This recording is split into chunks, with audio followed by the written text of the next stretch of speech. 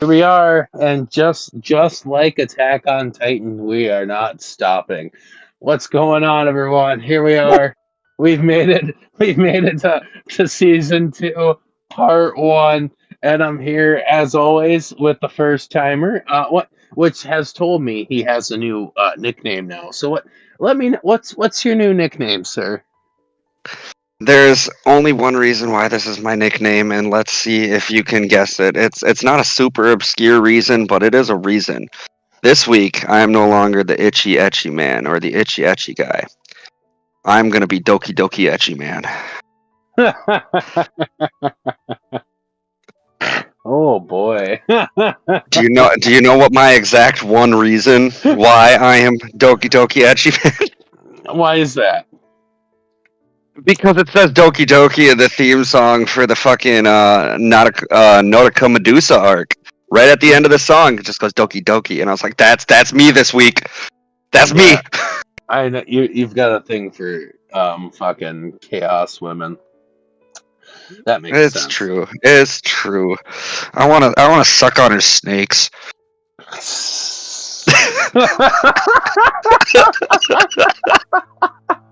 They say no. So, Come here, come here. Let me suck your snakes, baby. um, so yeah. So before we really delve into this, what did you think of the first, I guess, 10 episodes, considering one's a recap? So I will say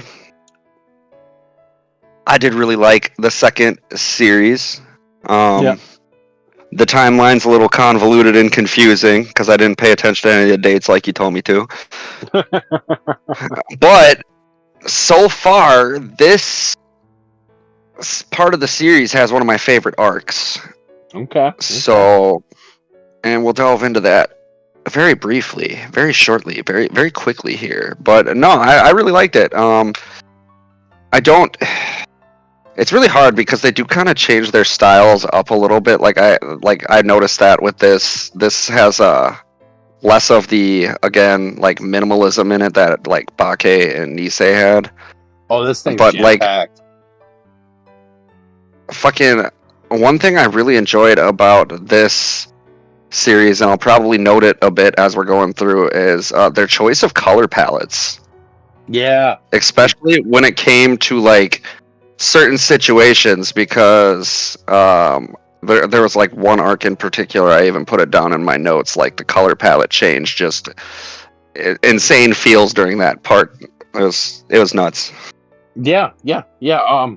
Yeah. And from my perspective, we'll get to that later on for ratings and everything. But I will say, the second season is definitely one of my top ones for sure, because it has obviously the advantage of being 23 episodes technically.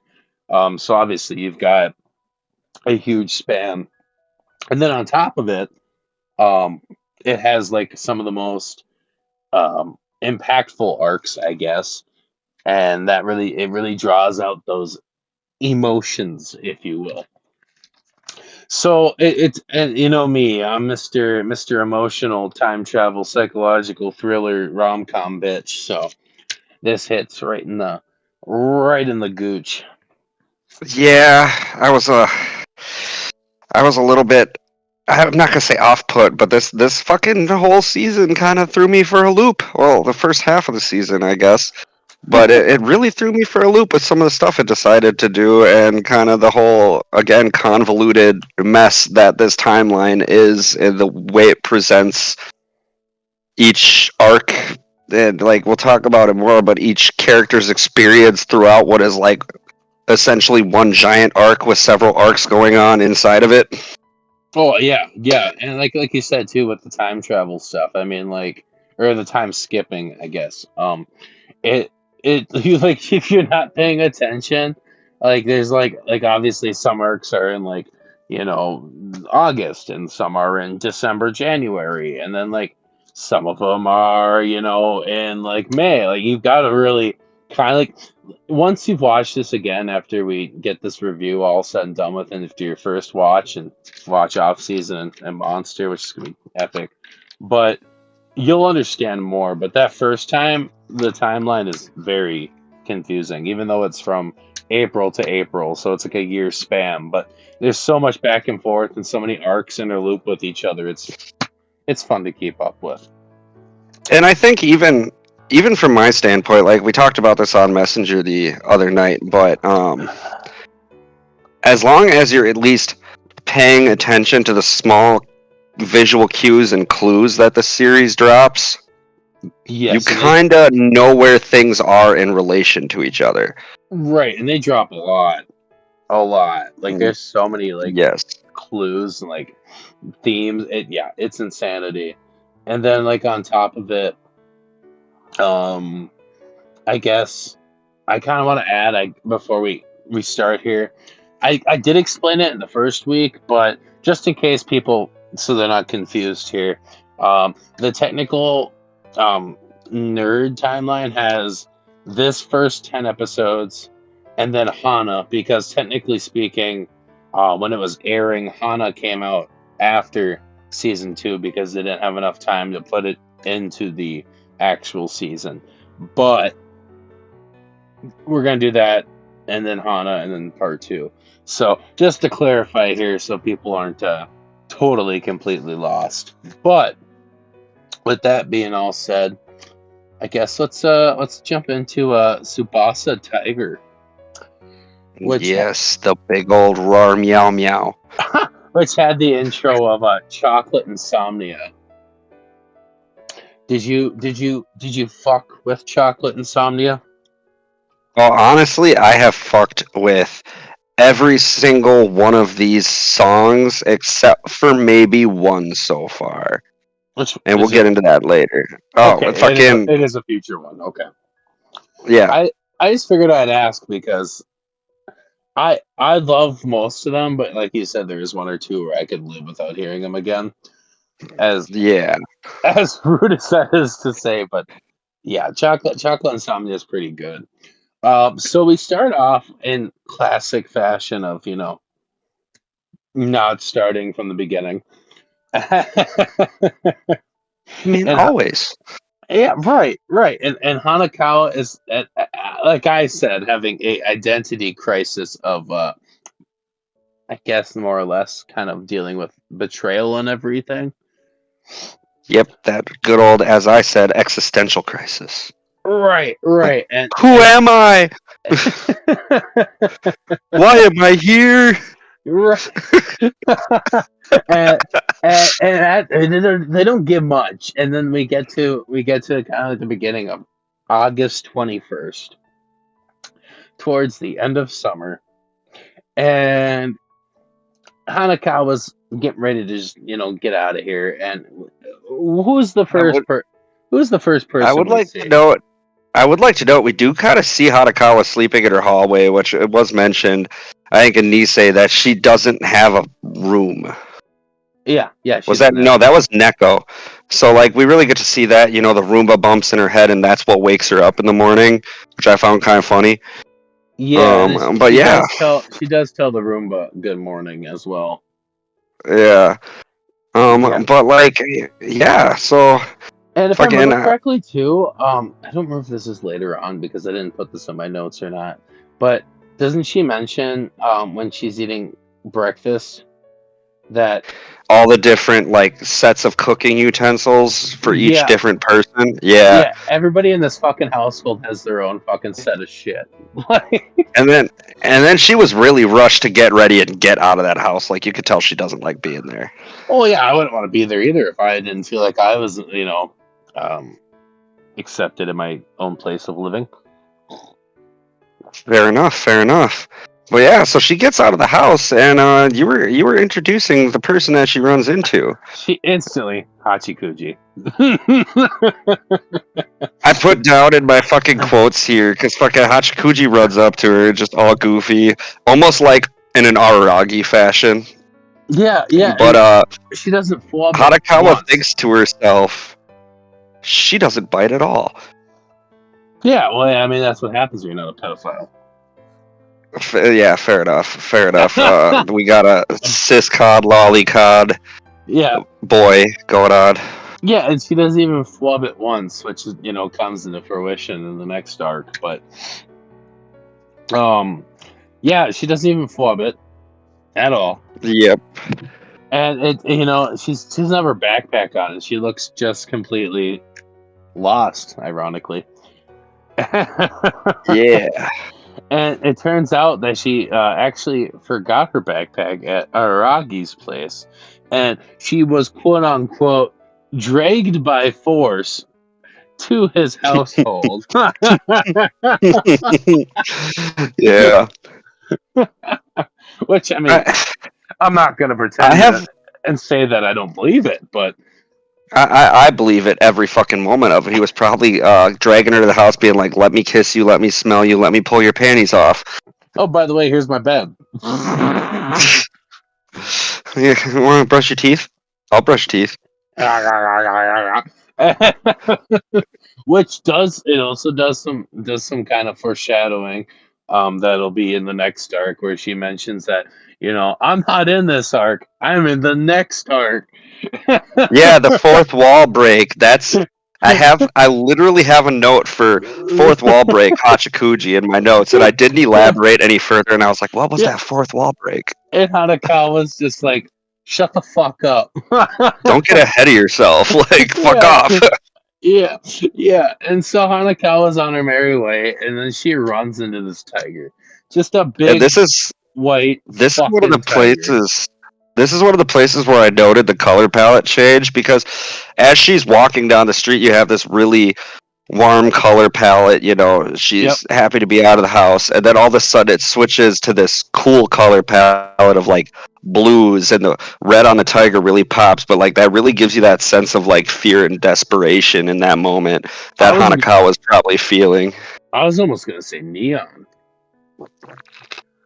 Well, neon would be cool, but like it is kind of neon, but it is that but cool right, purples, blues, greens with right, only subtle popping of warm color. yep, So it's yep, like that feeling that the warmth has left the air because there's something fucking crazy and scary out there. yeah, yeah, and like she gets this like subtle feeling of how she like can't even leave, even though if she wanted to, Yeah. and like the tiger, if I remember correctly, like doesn't he like is that her or him that mentions that white fills of ignorance? That's him that mentions it. That's what I thought Walking past her. because he can kind of sense obviously the kitty cat. The kitty, the Neko that we noted in the last episode that I would have sex with. Right. If Not, any of you were wondering. yes, yes. Because I mean she's in lingerie 100% of the time practically. So I mean, And the meowing, the meow. I was just like, yeah, I'm all for that.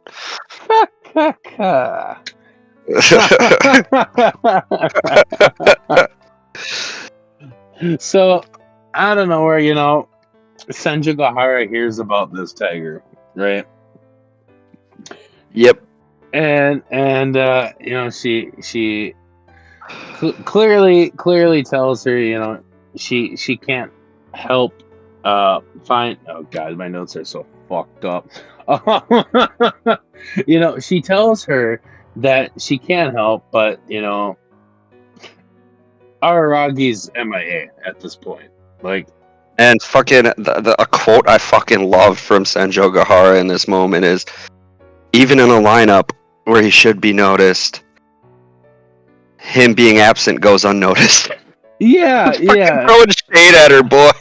Oh, dude, she always fucking does, right? Yeah, yeah, Oh and my like, she hasn't even like tried contacting him like at all. But god. And we should note that this is like the first day back at school, so like the yeah, lineup was like that introduction lineup. yes, yes, yeah. It's the first day of the new semester, and Araragi's not even fucking there. Like right off the bat, good boy. getting getting fucking, harassed to do his homework and study all summer, and Yeah.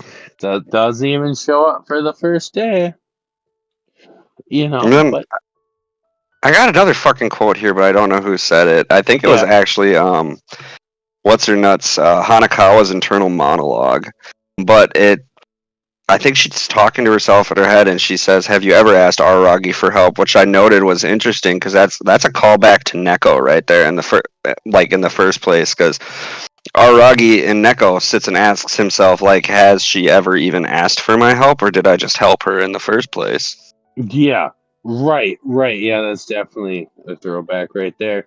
And like she like even like kind of like infers that he even helps before anybody could even ask. You know what I mean? Yeah. But she does infer also that she shouldn't solve this alone. You know what I mean? Yep. So there's that. So it's like, what do I do? And then fucking Sejo Gahara's line like, "Ask Araragi for help. At least you can die together."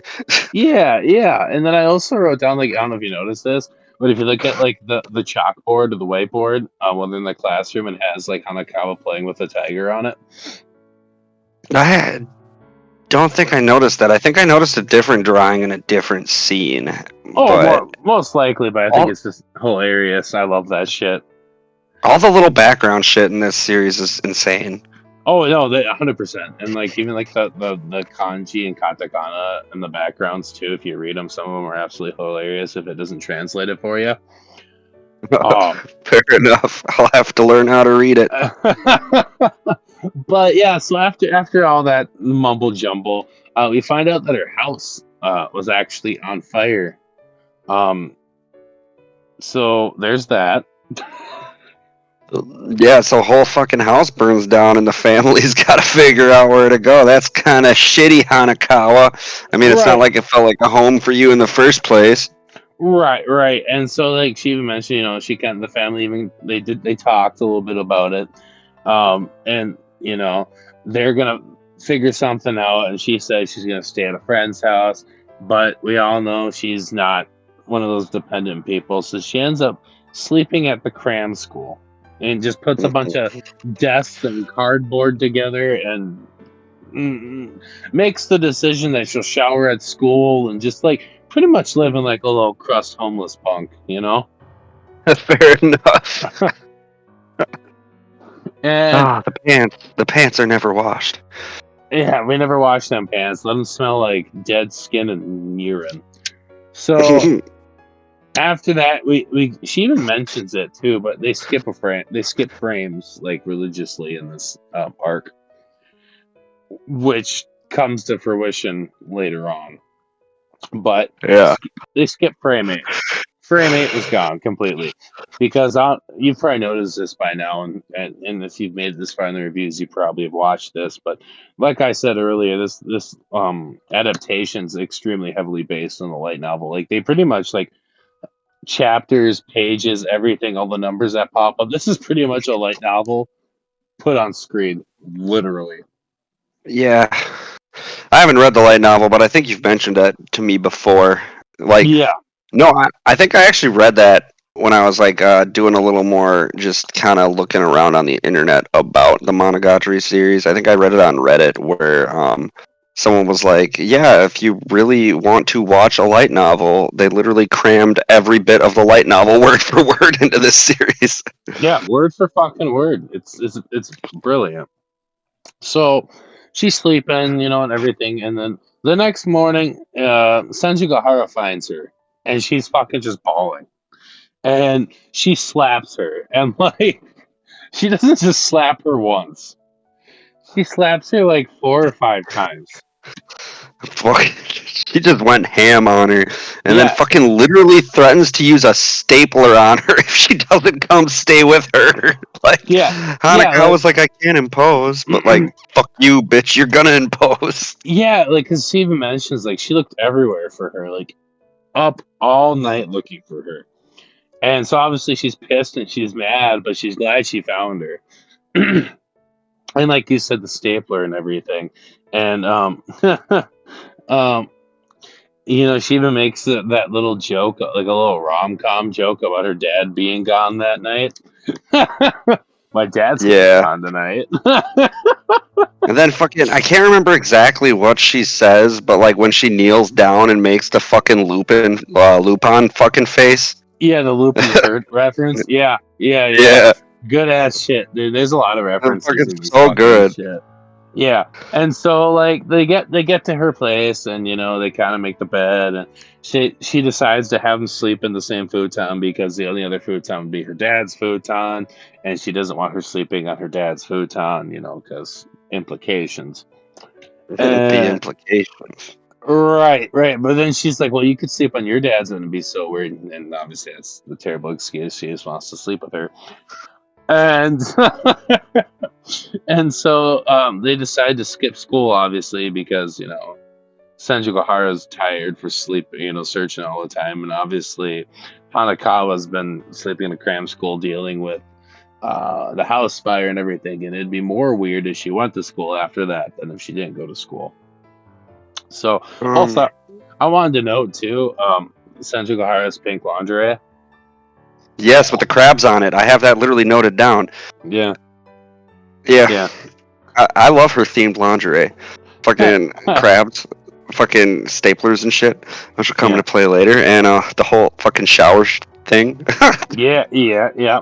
And I even Like, I quoted this too, and I don't even remember why I quoted this, but I want to follow the rules. They are rules. I don't know. but oh my god. It felt important to me at the moment, So the fucking, I love too how whether she's trying to get Hanakawa to go fucking share the shower with her, she literally fucking throws shade at fucking Kanbaru. She's like, I'm not fucking Kanbaru, like I'm not gonna Yeah. try anything.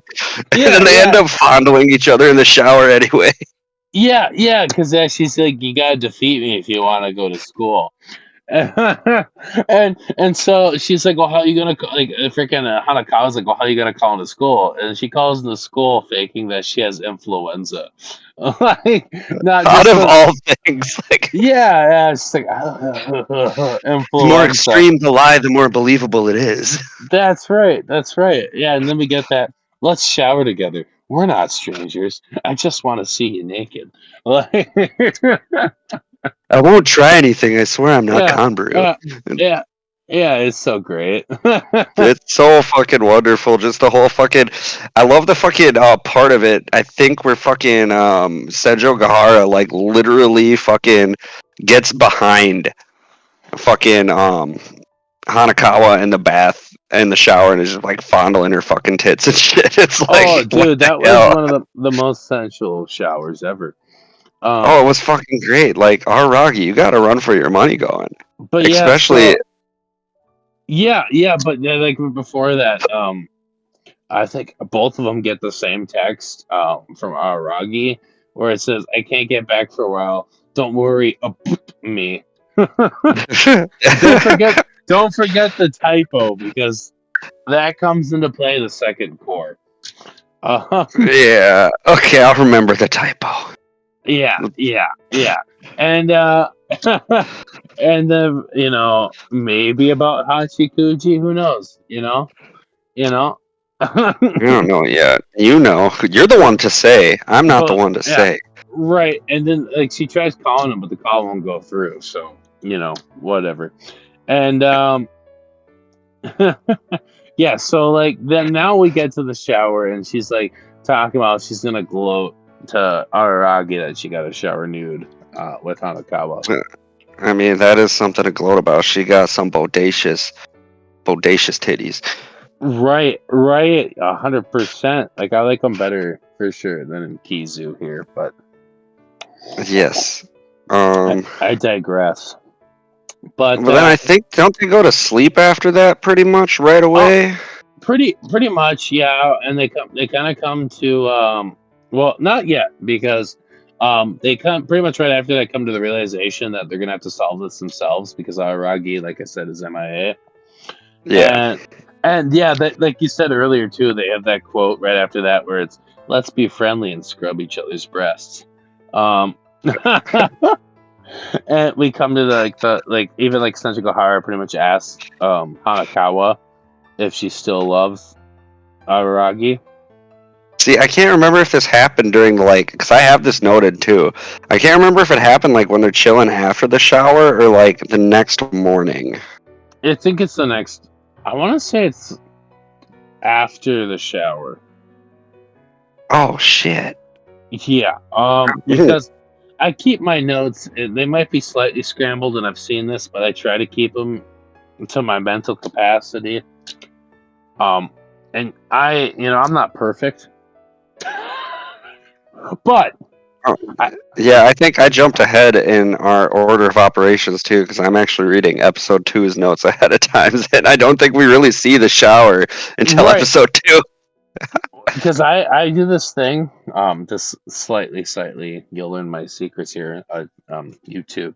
But once I finish an episode, I draw a line underneath, so I know when the episode ends. Oh yeah, my secrets are I just go episode 1, episode 2, episode 3. Yeah, but I'm archaic, and I use paper and pen. So I'm one of those new style kids who likes really clicky mechanical keyboards, so I type my notes out. and it's ironic because you're older than me. But so we get to the next episode, and she knew Araragi. Oh God, what do I got here for the very beginning here? Um, So we open up with Hanakawa in the yeah, classroom, and she's kind yeah, of sort of reflecting on Araragi and his tendencies. yeah, Um, and she notes that she still loves him, but doesn't know when it started or yep, why it started in the first place. That's kind of what I got for the beginning of the episode, at yeah, least. and she kind of discusses it. Yeah, yep, and then we get the chapter skip again. And Another then it's chapter skip. Senjo Gahara's creepy ass wake up sequence where she's just straight up staring at fucking Hanakawa while she's Yeah, sleeping. yeah, and she's just like, even Aragi has yet to hoard this sleeping face to himself, like just like some And fucking like Shakespearean shit, just to pretty much say, yeah, he hasn't seen me wake up next to him yet. and some of my notes got a little goofy at this point, so I'd just like to point out that I literally typed out shower flashback, yummy yummy, I see Tommy. Yummy, yummy, I see Tommy. So yeah, Hanakawa feels like this is going to be kind of important this arc, especially, but she feels that Senjo Gahara has matured throughout the school year from April to August, obviously. But Yeah. she doesn't feel that she's matured herself. And then yeah, I even wrote too. Also, what a shower! What? Almost. And they also mentioned that they showered for 30 minutes, may I add. Yes, yes. Literally, I got it. I'm just gonna read these notes out loud real quick. Almost seems like they're playing together in the shower, and I really like this, especially Yeah. when Senjo Gahara gets behind Hanakawa. There's some full-on groping here. Yeah. The Oh, yeah. Aragi harem no longer seems like a pipe dream. Full caps. Yeah. Half Yeah. hour of fun in the shower. Mm. Who does Senjo Gahara think she is, Kanbaru? Yeah. And I was a little ahead. I was a little ahead there, so I pulled a U. But she quotes in this episode, "I'm uneasy letting a girl sleep in a futon of a 40-year-old man." Um, Oh, but yeah. it almost feels like Senju Gahara is like horny. She's a horny motherfucker. Literally. Yeah, we Yeah, did jump ahead because in my notes right now, I noted Senjo Gahara puts on pink scissors and stapler panties. yeah. We were really jumping the gun there, but it's fine. So she asked Hanakawa if she's really picky because she's gonna make dinner, and she says, "No, I'm not really picky." And so she makes bean sprouts. Um, Delicious, delicious bean sprouts. That's yeah, if you played Senran Kagura, you know bean sprouts. yeah, moe and everything. Um, and then so instantly they're kind of sitting there, and she's just like, let's talk about what we like about Araragi." But But they I both love I they love the our taste in food and men are similar. Like, yeah, doesn't she yeah, like straight up say that to fucking yeah. Hanakawa? Yeah, because she's like, yeah, Aragi hates my fucking bean sprout cooking. And she's like, oh, I love it. Yeah, it's like, oh. Um, yeah. So like, they're like, let's talk about what we like about him, and then they're like, no, if we talk about this, his ego's gonna blow the fuck up. Let's talk about what we hate about him. That's right. That's right. That's gonna make everything so much better. And they both kind of get really excited about that. And then they finally pass out. And when they pass out, the Neko comes out to play. And I noted that we get like a sexy Neko back arch scene right here. Oh, absolutely. Oh, it was glorious. It was fucking glorious. Yeah, I can't argue that one there. You Um, gotta love when Hanakawa Black comes out to play, or Black Hanakawa, or the Japanese version. You'll say it eventually. yeah, yes. So we get this interaction of the tiger and the Neko. And the tiger calls her, quote unquote, too strong, but no matter. But she threatens the tiger herself and tells him straight up, if you harm my mistress, you're dead. I'm pretty sure she said Measter. Yeah, you're probably not wrong there, my friend.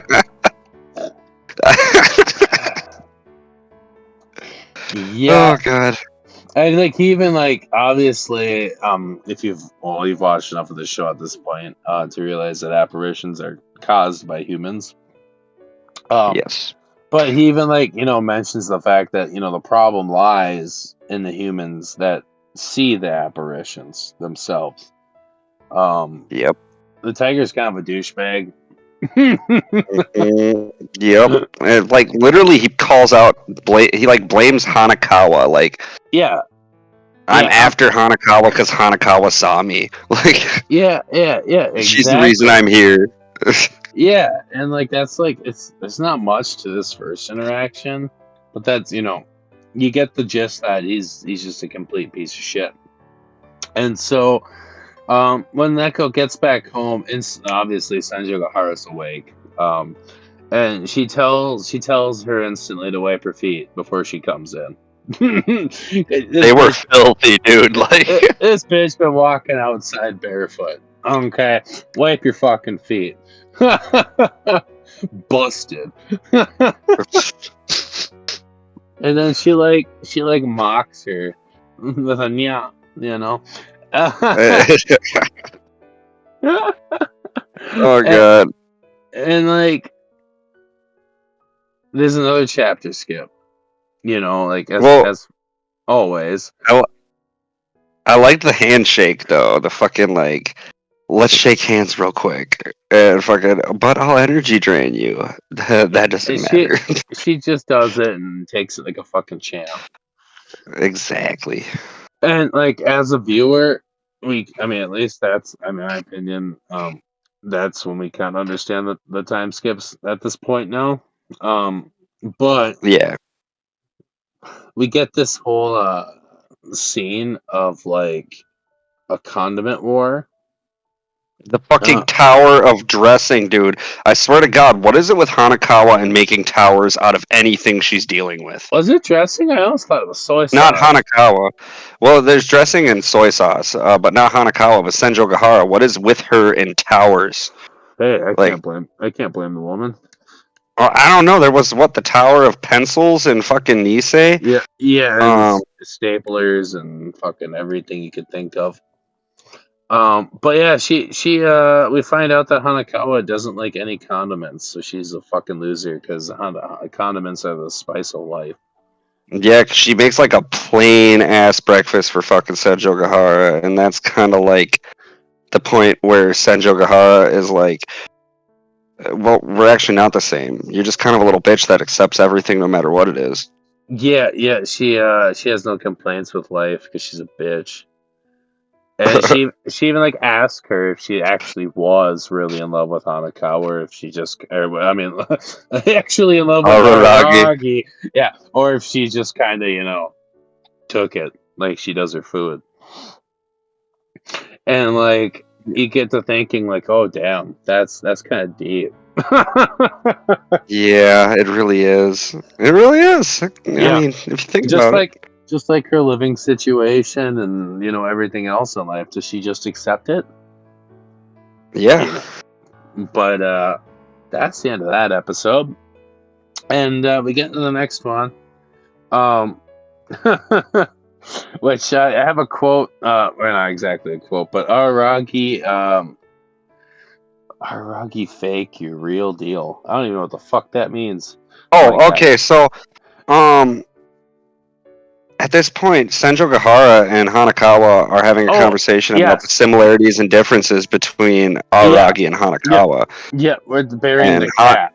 There we go. yeah, and then Aragi's kind of like I would say he's like the way she points it out is like Aragi wants to help everyone, but it's kind of like a fake him wanting to help everyone and wanting to accept everyone. And Hanakawa, you're real. You really do want to. This isn't fake for you. This is just who you are. Right. She just buried the cat, nothing said, and Aragi would have grumbled the whole time, and she just kind of accepted it.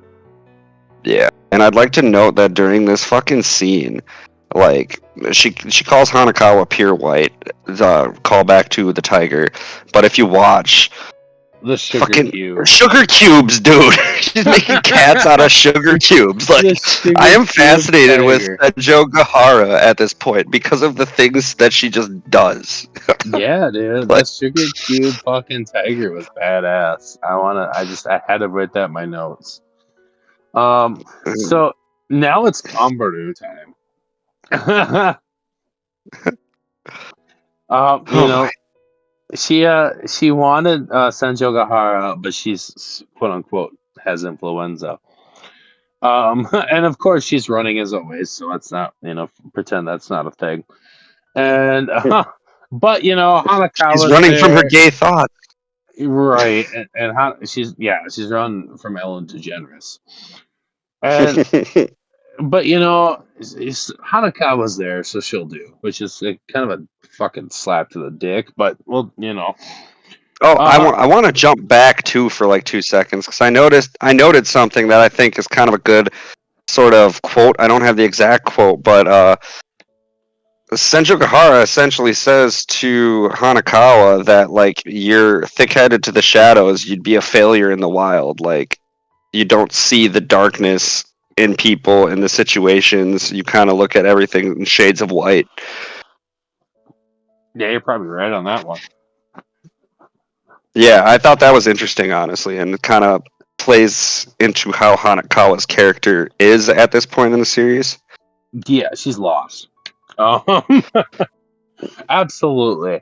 And so Kambaru pretty much was gonna show Senjo Gahara this, but she got a text from Araragi that pretty much said, "Come to the second floor class tonight alone. I need to ask you something." And You Pornhub theme. bum bum ba-dum bum. So yeah, and she tried calling too, but nothing was going through. And so like she's just pretty much like, what the fuck, what, the second floor of the school? That could be anywhere. And Hanakawa's like, Oh, I think he means the cram school, you dumb bitch. we jumped past something that I have in my notes. We do, right. We do have a little bit here Um, where she assumes no, it would be a date. this is important. I don't Uh-huh. remember why it's important. Something about a notebook, but Roy motherfucking Mustang. Roy Mustang. Fucking, he's drawn. Full Metal Alchemist. Roy Mustang is drawn on a notebook somewhere in this sequence. I think it's where Hanakawa's sitting in the classroom before Kanbaru shows up. Well, I didn't watch that bitch show, so. Well, it's fine. I watched it when it aired, like way back in the fucking day, and then I watched Brotherhood because I was curious about the changes. Okay, well, at least you picked it up because I definitely would not. Roy motherfucking Mustang. Well, there you go, folks. There's your Full Metal Alchemist reference. Yeah, it's good for its time, but it's time for it to retire. Yeah, yeah. So yeah, she assumes that it was gonna be a date because it's Kambaru and we know about her. So you know, there's that. I love her character so much. She's so fucking Her, hilarious. I love her to death, honestly. Like, she's definitely in my top characters. Yeah, she's fucking great. But yeah, after that, she goes back, after kind of like wandering throughout the day and night, and goes back to Sanji Ogahara's house, and this time her dad's home, and he tells her that he texted Kambaru, which Araragi for reference, and and she literally straight up is like, I can't believe this motherfucker asked for that wench's help before he asked me. Let's let's she wants to fucking just disembowel him at this point. Which Yeah, it's fucked. I mean, I can understand, but yeah, but it's at the same time, it's like one of those things where it's like she's like, yeah, you have to be really good friends with my friend, but he texted her first, you piece of shit. But like, not even maybe coming to the conclusion that possibly it's for a specific reason because but everything like in these guys' lives is very like niche specific. yeah. But like at the same time too, like Senjo Gahara knows um fucking Kanbaru's dirty pervy kind of ways. So Does she though? I can Because understand she also gets mad at Aragi for even insinuating those ways. exactly. So which one is it? The equivalent exchange. The yeah. Also, what you guys don't see behind the scenes is I actually sent him a Tumblr blog post of the Full Metal Alchemist references, and it's the 15 grams of nickel, 5 grams of hiding my embarrassment, along with 9.7 kilograms of spite, and then it flashes to a like sketch of Roy Mustang. That's the one I noticed. I guess you're right. I don't know anything about it, but I'm glad you do. Yeah, I mean, I I'm here for all the important things that aren't important. I mean, like But I yeah, there's said, that little reference. I've watched over 700 some animes, but that's not one of them. So most of them are. Honestly, like it's not a terrible anime. It definitely earned its spot at top for a while, but it should have lost its spot at top a while ago too. Most of the shows I watch are irrelevant because they're hipster. Fair enough, you fucking hipster. So yeah, and also behind the scenes, Dad's wearing a fucking apron and he's making him tea and he's being a badass. Okay. Okay, and then this actually segues into my fucking next note. Yeah, and This is what's so that? fucking great, dude. Fucking so Central Kahara's sitting there and she's like, "Oh, you can't stay here anymore, but I've got everything arranged. It'll all work out and shit like that. I've got everything planned." And like, I think it flashes to her calling Karin and just manipulating the absolute shit out of her, just literally making her think it's her idea to invite Hanakawa over to stay because she doesn't have a place to stay at this point. So I thought that was fucking hilarious. I do love when she pushes her own face to smile as well. Yeah, Mm. it's so funny. Yeah, yeah. It's and they both won't go and trust him, and they feel you know Yeah. that they'll get in the way. But anyway, like we get, because I got some notes here that are kind of goofy. We get to the fucking where Hanakawa is over at Karin's house, the Araragi household, And I like they're sitting there talking. I can't remember what they're talking about. Do you remember what they're talking about when they're around the table? Well, there's a lot of slipping of the fact of sadomasochism. Yeah, but how about the weird heart-shaped hand-holding format between the sisters and Hanakawa? It's like, Yeah, yeah. what's going on here? I did write a note about that. Where the hell did I put it? Um,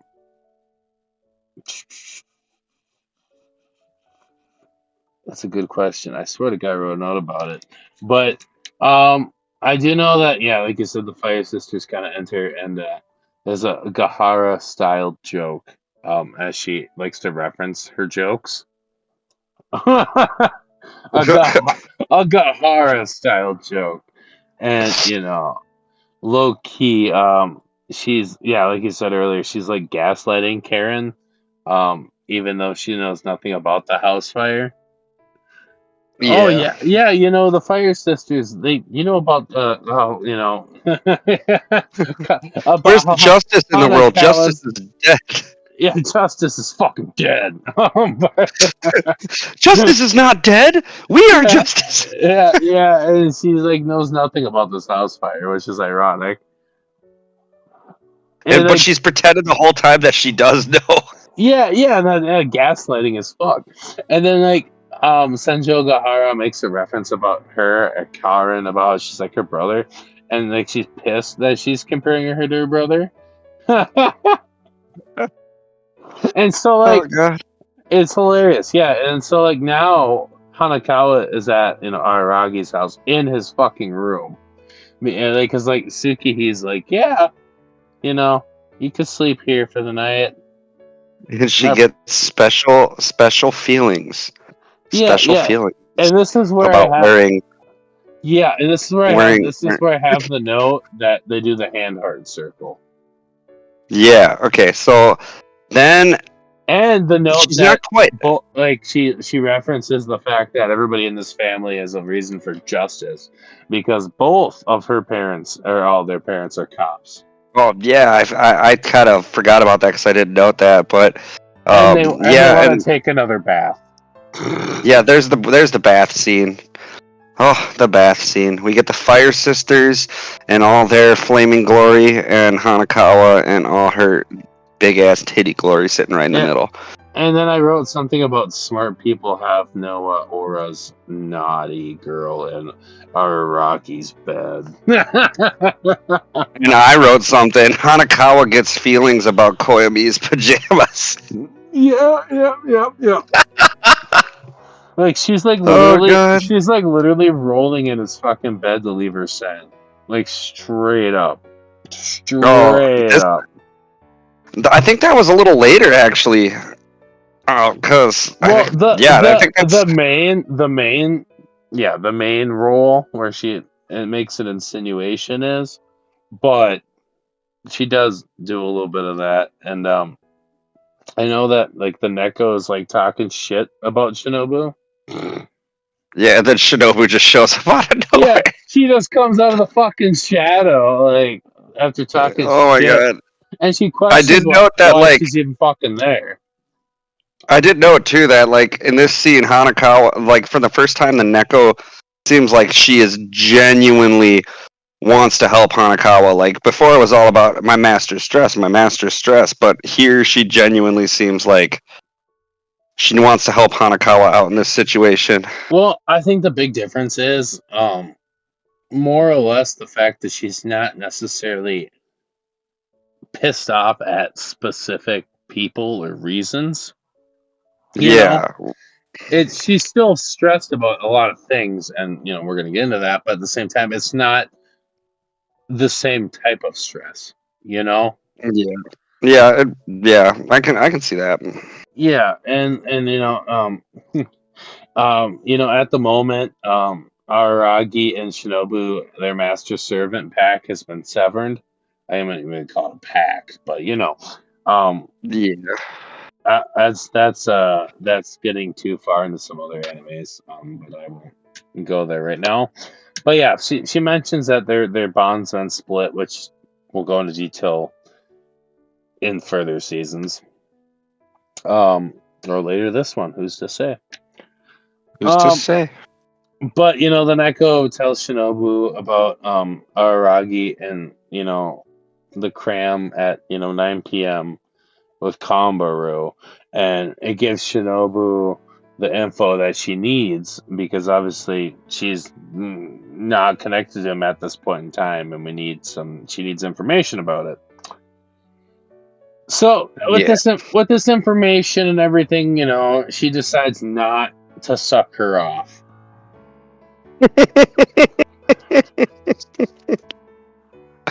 Isn't that like your exact quote too? Yeah, pretty much. Yeah, yeah. And then we get a Terminator reference from Shinobu. Good for her. Terminator 1 and 2. But Yeah, that isn't that when she's talking about like you seem to have changed. You're different than you were before. yes, that's exactly what it was. During this whole scene too, if you watch, Black Hanakawa is literally sitting there playing with a rope like a cat. Oh yeah, like a straight fucking cat. It's And so ridiculous. she kind of asked Shinobu because obviously Shinobu had to deal with Mei for like a month by herself. That poor girl. And she asked her about the tiger, and she doesn't know anything about this tiger. And she even mentions that possibly only Hanakawa can see this tiger because obviously she created this tiger. And Yes. she's like, "Look, bitch, you're gonna head to that school. I can get you there in like 10 seconds if we jump this." And so Shinobu takes her up on the deal, and we get to the crayon school, and it's burnt down To the straight ground. to the. I think we only see the tree standing, and that's Yeah. kind of insane to think that the whole school burned around the tree, and the tree's just still standing there. Yep, the tree's there, and yeah, it's pretty much just pipes, and that's about it. Like, I don't know if you ever seen. You probably haven't. This is totally random, and it's not anime. Did you ever watch the movie Lords of Dogtown? Yes, actually, long ass time ago. You Skateboard never movie. what? Yeah, based on a true story, based about the pier when they burnt. Yeah, I thought about that. So we get another chapter jump all the way up to chapter 52. May I add? Um, and even Hanakawa wakes up and realizes something must have happened last night. I don't know what it is, and she even quotes that a criminal's proof lies under the fingernails. And she's got dirt and everything under her fingernails, but what really seals the deal for her is the white hair in the bed. Oh yeah, but you skipped a very important point here. And what's that, my friend? Hanakawa's feet are 23.5 centimeters and quite beautiful. Oh, I didn't really care too much about that. That cracked me the fuck up, dude. This wasn't an armpit reference. It wasn't too important. Fair enough. Armpit jobs greater than foot jobs in his eyes, guys. Absolutely. Self-lubrication. 2020. But she realizes this time that it can't be quite as serious because my ears aren't here. I'm back to my normal form. So whatever's going on, it's not nearly as bad as it was last time. And it's law to eat breakfast in the Araragi house. I don't know if you knew that or not, but it is. That's exactly. I think it was Tsukihee that tells her that, not Karin. But yeah, because I think Tsukihee enters the room and is like, "You have to eat breakfast," and then we get that one red screen callback to is it Neko where fucking Hanakawa literally notes that Araragi said he was awoken by a crowbar and she can't believe. Yeah, that his little sister. That cracked me up. I had to pause for that guy. And that was brutal. That crowbar wake up was scary as shit. I would piss in my pants. And so we get Hanakawa getting ready to go to school, and eat to the shy, walking out of the house, and fucking instantly. This is I want to mention this. It's not really a spoiler, but I'm gonna say it anyways. This is the only time you really ever see Araragi's mom in the whole series Yeah, ever, and she straight up mentions, I don't know the situation and everything like that, but don't get too comfortable, saying that you're off. Family isn't something you need, but something that should be happy to have it. And she's really grateful for the fact that she helped Aragi with his homework and everything like that, and the sisters, but you need to figure out your own shit pretty much. Like people can run from everything all they like, but if you're just averting your eyes, you're not running. exactly. You're just. Well, I thought like you're not running, but there was something else to this quote, but I can't remember what it is now. Maybe it'll come back later. Yeah, yeah, yeah, yeah, maybe. Well, it's either going to come back later in my head or it's not. Yeah, yeah. And so Hanakawa leaves, right? And weirdly enough, she runs in the episode. Oh my god, dude! Fucking this part cracks me the fuck up. So Eh, she's all freaked out and shit, but then finds out episode's only 6 years old. yeah, he's only 6, and like he doesn't know why he's there at this point, but he's harassing Lear like pretty hard for even the fact that she's talking to him after he murdered her essentially. And Dude, what is this about a fucking red-eyed bus in this scene? Because I didn't understand that. which part? I can't remember if it's something like I came in on a red-eyed bus or did you get here on a red-eyed bus or something like that, but I got a note here that says red-eyed bus question mark. I'd have to look at it again, honestly. Um, Okay, get back I, to me on that one. I will. I'll actually start in my notes here, and I'll let you know. But yeah, even like mentions like how she's normal now. She's no longer this like strong. I mean, not necessarily strong, but not afraid of bullshit type of person. And before this conversation can get too deep, we get introduced to Guy. Who Mimi's wonderful upperclassman. who hired him?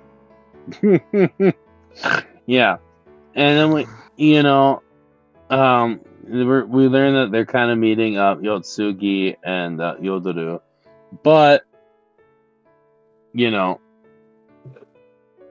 wants Meme or Kaiki, but she couldn't get Meme or Kaiki, so she got stuck with Ononoki. so there's that. We couldn't get Mami or Kaiki, so we got Ononoki. Because I think, if I remember correctly, I think Yodoru is doing something else in her own fashion. But we got Yeah. Ononoki, and so, but we also know instantly, and these two personalities don't rub that good together. But Guyan actually knows everything. Oh, she knows everything. That's right. Everything. That's right. It's not that she doesn't know everything. She just knows what she knows. She knows everything. Yeah, yeah, yes, right. And like she tells her straight off the bat, look, Aragi's not gonna help you. You need to do this yourself, and it's either gonna be today or tomorrow. And this motherfucking tiger is named Kako. I really got fucking when she told Hanakawa to handle it herself. I got like strong Oshino vibes from her right then and there. Like I was like, okay, you're dressed kind of hip. You look like a bad girl, Does she and you're though? telling her to handle it herself. She looks like a fucking Mario Kart character. Fair enough. It's fair enough, but like that's how I would imagine I listen to the rap music of the youth dresses. with what, like Buddhist beads and a star winky face necklace? Yes, Okay, fair enough.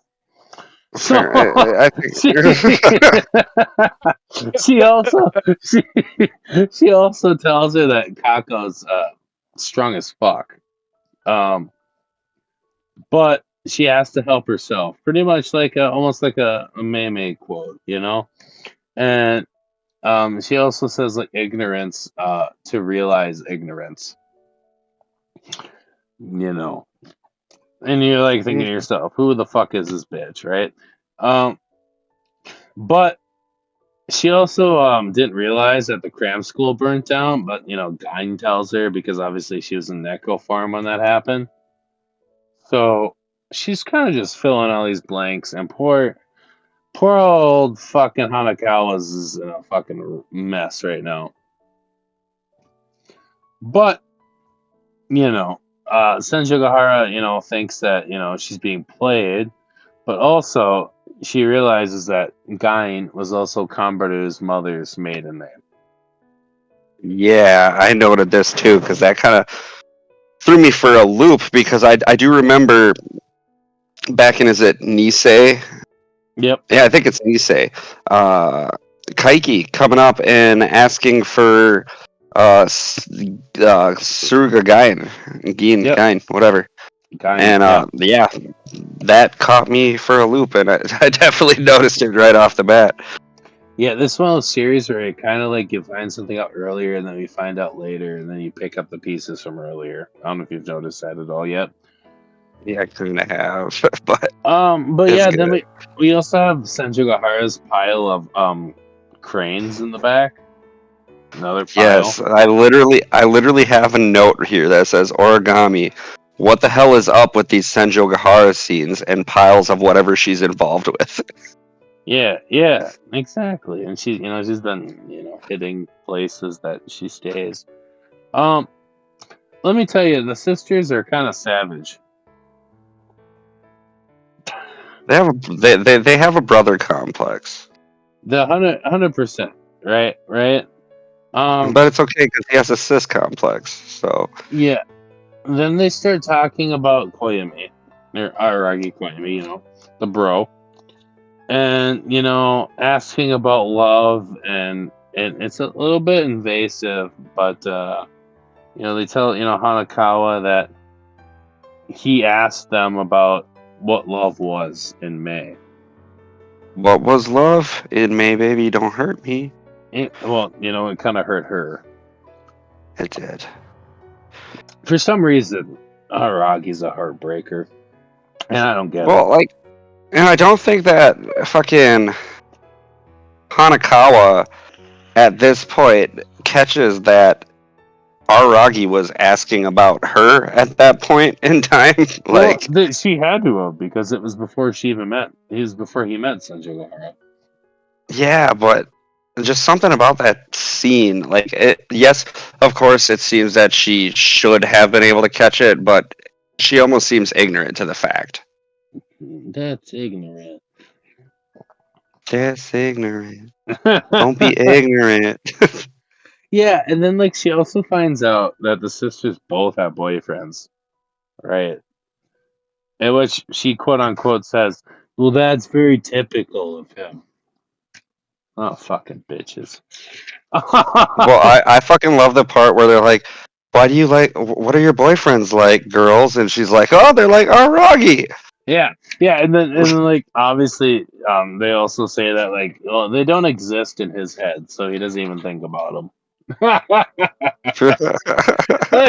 Oh oh, my god, this family is worse than for all you Americans out there, an Alabama family. yo, this family's tight. Um, Nothing yeah. tighter than your sister in between the bed sheets. Oh boy. So I I wrote down like as like a reference with envy, which is the theme of Hanakawa at this point in Fire with Kako. Um, and she realizes that she might not be able to see Araragi ever again, And this is where she's really definitely like, leaving her scent, and she He's puts his gonna remember clothes me. on. Yeah, his boy's gonna remember me even if he never sees me again. Yeah. And so He's she gonna like, smell me every time he sleeps. yeah. And she puts his clothes on and takes a selfie with the classic middle finger to the eye with the tongue selfie and sends it to him. And she leaves a note for her Neko form. And so after that, I'd you like to. know, I'd like to note too that like if you're paying attention, she just straight up leaves her uniform in his closet, knowing she might never come back from this. yeah, he needs something to sniff besides his bed. Mm. Fuck. Should have left her panties, bro. Her panties. They're a Yeah. central theme of the series. Yeah. And so like you get kind of like the note about how like allow me to like thank you, and like she feels bad for all she's done, but she needs her help really bad. And like the fact that she realizes that Kako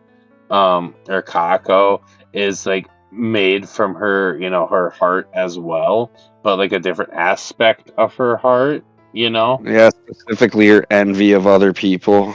Right, which is kind of why I wrote down envy and fire there. I do love the airplane metaphor as well that they I throw don't in know if I there. remember. I don't know if I remember that one. Well, that's a shame because that's all I wrote down for that part. Um, Oh, fair enough. Fair enough. and like I also wrote down like I fell in love on my own and lost it on my own. Yeah, Um, I wrote that. I actually wrote that down too.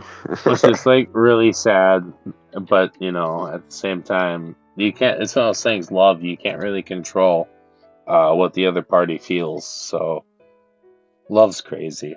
Um, but the Neko knows eventually she'll go away. The same with Kako, but she feels obligated to help, because it's her master, and she even though she's had to do a lot of things for her, she respects her in that sense, even for being an apparition. Um, Yeah, I would also like to note the very important, more sexy Neko back arching that I put in my notes. I'm glad that the Doki Doki That's itchy man man. left that The note Doki in Doki there. Doki man. Yeah. It's super important, guys. I swear. I'm glad you left that note in there because I think this audience would have never known what the fuck was up.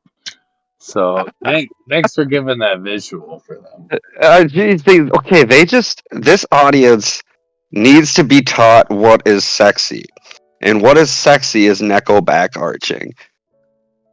I mean, it's a thing. It's definitely a thing, and this like achievement unlocked Xbox Live trophy pop up, like new fetish, Neko back arching. Yeah. And so obviously Neko goes to Kako to try to take care of him because she reads the note that Hanakawa leaves, but we don't really get the gist of the note at this point. And so he likes to mention that unlike her, he relies on no one. And he pretty much calls her weak as fuck, you know? And before any of that, he's about to hit Sanjogahara's house and blow it the fuck up. And I Yeah, forgot to mention a little bit earlier, but Sanjogahara even kind of realizes that, oh, she hit your house. Oh, he hit the cram school. He's probably that's all it fucking takes. He's probably fucking Yeah, coming for my house next. it's the places you've been sleeping. They're just burning down one by one. Right. And so, like, the Neko appears, and the tiger is not gonna be Moe. Um, I hate to say it. Fair enough. Fair enough. Moe, cute. And so, he says he's not gonna hurt Hanakawa. But, in an emotional level, He really is. He like said, he says she won't cry because she cut it off, and she's too normal. She's white. Yeah. Yeah, I like this whole scene because you really get to see how Neko and Kako were actually kind of born here. It's literally everything Hanakawa suppresses in order to maintain her pure white appearance. It's everything dirty about herself she doesn't want to look at. And Right. you even like Kako even mentions that like he's jealous. Yeah. He's She does. jealous that mother gets to maintain her pure whiteness while we get to be stained and dirty. Right. She doesn't even cry. May I add. Um, but the Neko offers some compassion, but we get this like really intense scaffolding fight. Like it's like almost like Donkey Kong shit. It was fucking nuts, dude. Like the visuals and the animation here were just insane. Yeah, yeah, and then, like she tries to use the absorb power that she has, but um Des Tora uses his insane fucking fire powers. But also, like right before this happens, there was a moment where like the tiger seemed to push Hanakawa black too far, and straight Hanakawa's personality came out of in this situation. Like you can see it by the fact that instead of being on all fours like Hanakawa, black seems to be a lot. Thank you, animators. But she stands up on her 2 feet and she drops the cat related speech puns all together. Yeah, yeah, because like yeah, and like she knows she can't win the fight, but she mentions that Hanakawa asked for her to win, and she even like called her sister, like family, and even like Senjo Gahara asked her to protect her, so like it really I feel like is more important to her at this point that everybody's relying on her to save her. And Yeah, and And, and like at this point, she's like, I couldn't even last, 10 seconds. And like she loved Araragi so much, she turned into a monster, but she never even got to tell him how she felt. And with while she's like, not having it, she's doing everything she can to like protect her and do everything she can. Araragi shows up with Kokorowa. Coke. Oh my god, I've had a little bit to drink. fair enough. Kokoro Watari, and like shoves this blade straight through the tiger's neck. Like, Yeah, that was badass, honestly. And Aragi looks like he's been beat to fucking hell yeah, already. yeah, his sweatshirt's torn to shit, fucking just destroyed, I and think I like might have seen some dong hanging out of his pants.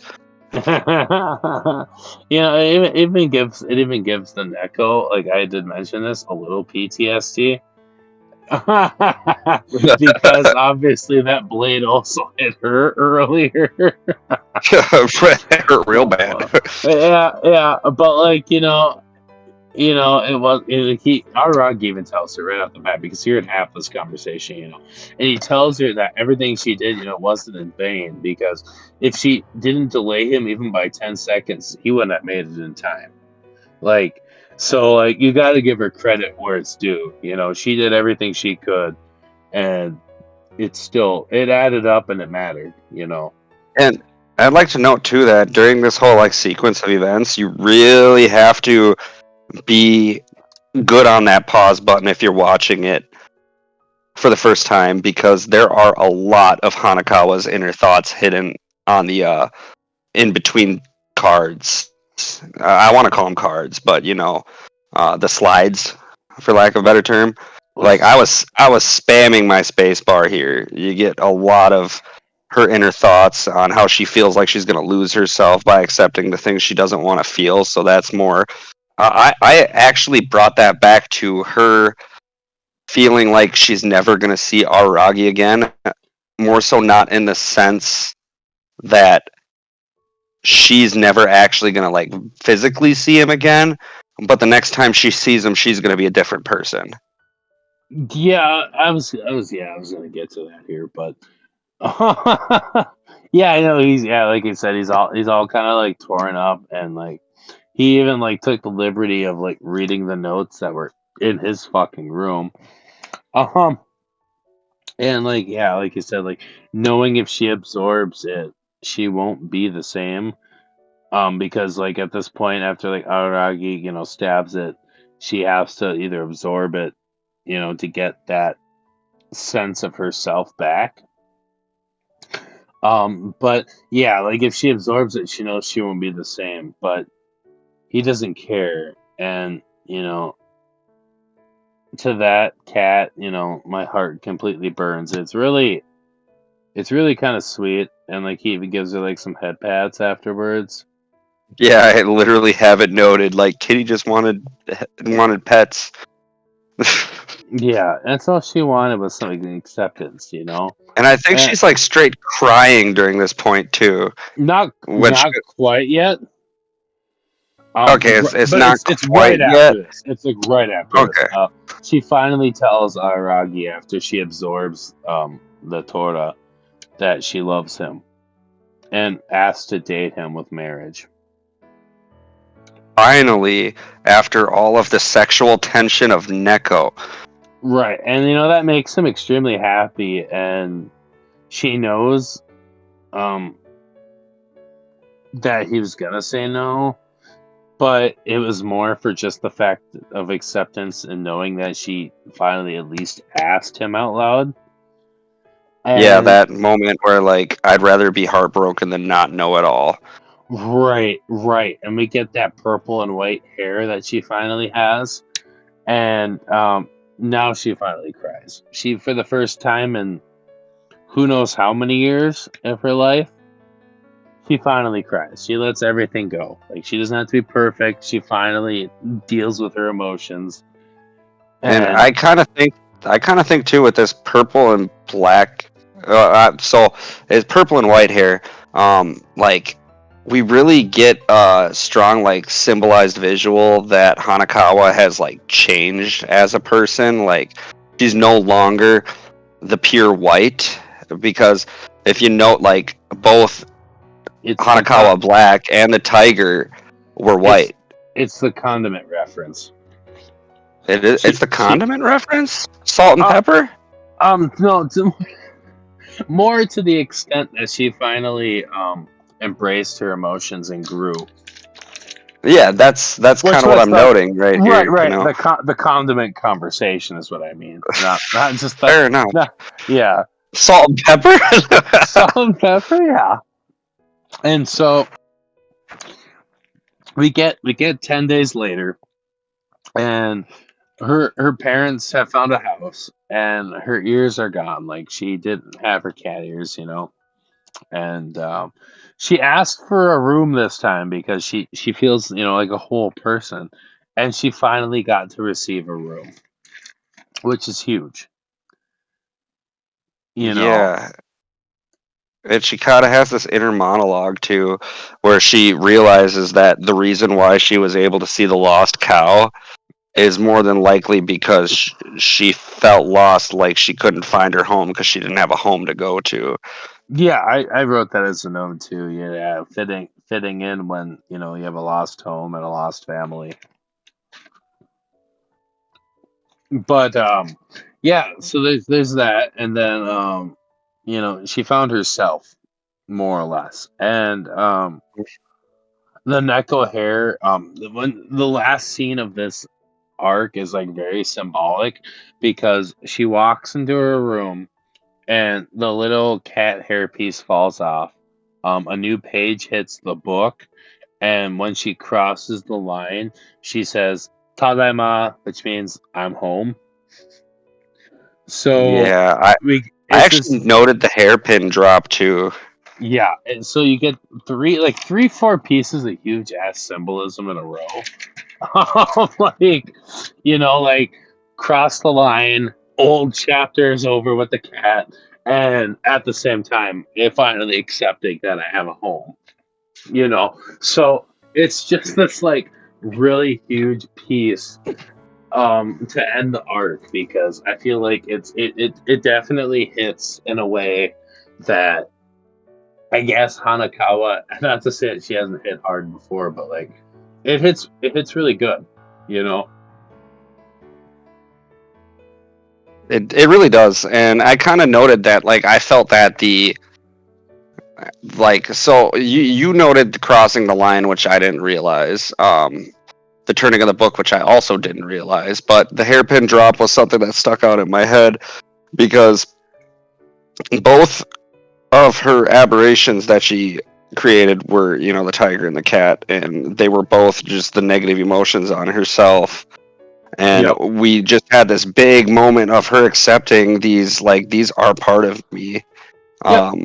So we're gonna go to a who's to say moment, but I feel like Miss Hanakawa's done creating aberrations by accident, and she's gonna learn to be herself more in every pure white and dirty aspect. Very Yeah. dirty aspect. Who's Shower what? scene. What's what's up with that little dark tone there, my friend? Yeah, because Hanakawa's a slut. She's going around showing boys her panties and stuff. But I like it. Hey, that's okay. She had it, she kind of, yeah. Anyways, this is a good solid one of the two arcs in the series. The first half, in my opinion, it's really good. Um, I think, like I said, like I think they do a lot of justice for the characters in the second season. So you know, Yeah, there's a lot of character development and character story going on. And I did note earlier in the episode that this series carries one of my favorite arcs so far. This is the arc that I would peg as my favorite at the moment. okay, that's fair. That's fair. It's all the symbolism and all the little bits and pieces here and there, and the interactions between characters, for lack of a better word. Especially the interactions that we don't really get to see, but are kind of inferred between Hanakawa and Hanakawa's alter ego, Hanakawa. Oh, well, Black Hanakawa. Yep. Yeah, that's fair. I would say that this arc we're about to talk about is probably my favorite arc. Um, Yeah, that's which fair. which I is mean, the we, which is we the all know what you got going on in your brain. wow, the Mayoi Jiangxi arc. Hey, now listen here, okay? Little tidbit. So I once a year. This is technically my second year into my channel. Um, once a year. This is my second rebrand. Okay, and Hachikuji is one of my favorite characters of all time, and I made her into my logo this year, without knowing we were gonna get the new series. Okay. Maybe you're the reason we got the new series. Maybe they were watching your channel and they were like, as soon as he rebrands, man, as soon as he puts Hachikuji up, Yes, and we're dropping it. We're I'm gonna dropping it. I'll see a cease and assist in the mail within the next week or two here. So we got into the new arc. Yeah, Mayoi Jiangxi.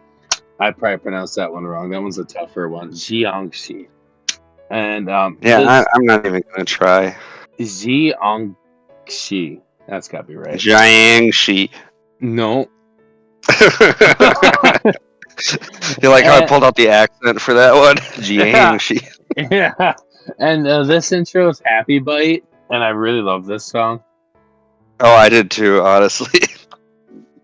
It's a classic. Honestly, so far the two Hachikuji intros have been some of my favorites. Oh, they're both bangers, 100%. Oh, they really are. I can't wait till we finish this series and we're able to review the trailer way late, one day before the new season starts. Yeah, because I can't have the trailer give anything away to me, guys. I'm sorry, we failed you. Yeah, you'll get there. Like I said, it's gonna be awesome though. We didn't. This is another ironic coincidence that, but the last episode is 2 days before the new series starts. Not intentional. If you look back, this is before the announcement. It just Yeah, worked and out. you even noted that you didn't think we were going to get it until fall. Yeah, in the last video. Yeah. So that's ironic, but I mean, like I said, we'll get into this here. We'll stop detouring, but I thought it was crazy that we got Kizu in theaters in March as a. They kind of slightly remastered it, which they didn't really have to. It's only been 7 years. Remastered it, put it in Japanese theaters, and I told Mitch like the month before, I was like, "Watch, they're gonna adapt the last novels." Sure as shit. Month and a half later, they announce it. Is this next series coming out supposed to be the end of the series for the most part? Yes, it covers the last. I want to say it's 6 parts. Says it's gonna be two. It's gonna be 2 seasons. One's and the off novels season. are finished, right? Correct. Okay. So yeah. See, I haven't read the light novels, so he's the expert on that. So I'll be asking questions. Right. So yeah, it's gonna be 2 seasons. So it's gonna be brilliant. Fair enough. And we're gonna cover all of it. Don't you fucking worry, people. So yeah, we get into the new arc, right? And we get a character that we're gonna run into a lot from now on, and that's Range, black-eyed underclassman, as I noted. Yeah. Ogi Yoshino. And we get this little stoplight talk, about how everyone prefers safe over dangerous. And it kind of reminds him of how Hachikuji crossed on a green and was killed. And like the Hachikuji backpack,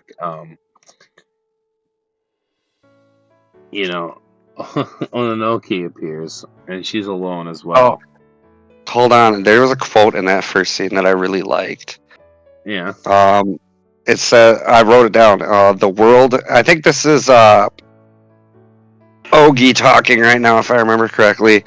The world's full of people who think God's watching over them when they cross on green, but in reality, that's not the case at all. It's merely that risk is cut in half. Yep. And then like even Aragi's kind of even talking about drunk drivers and everything too. But dude, I don't know why I love that quote so much, but I instantly had to like pause, backpedal, so I could make sure to type the whole fucking thing down. No, it's true though, because I mean, people just assume because you have a green light you're safe, but you're not.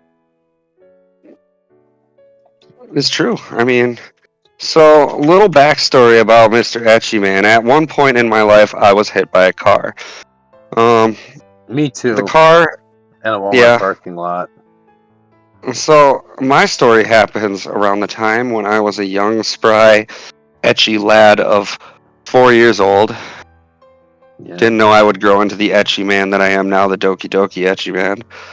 But yeah, I was riding bikes with my aunt, and my aunt was bigger than me, and the car saw her and waved her on the crosswalk, where you're supposed to be safe. God wasn't watching me at that moment. He wasn't with me. My risks were only cut in half. As I crossed the crosswalk, the car had struck me. And that's pretty much the gist of the story. So, fair enough. Moving on. Mine's not that exciting. I just got hit at Walmart when I was picking up a fat pack of Magic cards. But so. No, you play Magic. We're going to talk about this after. We're gonna sidebar this and talk about this after the episode. Magic the Gathering. Put that in your head. Write it in your notes. Okay.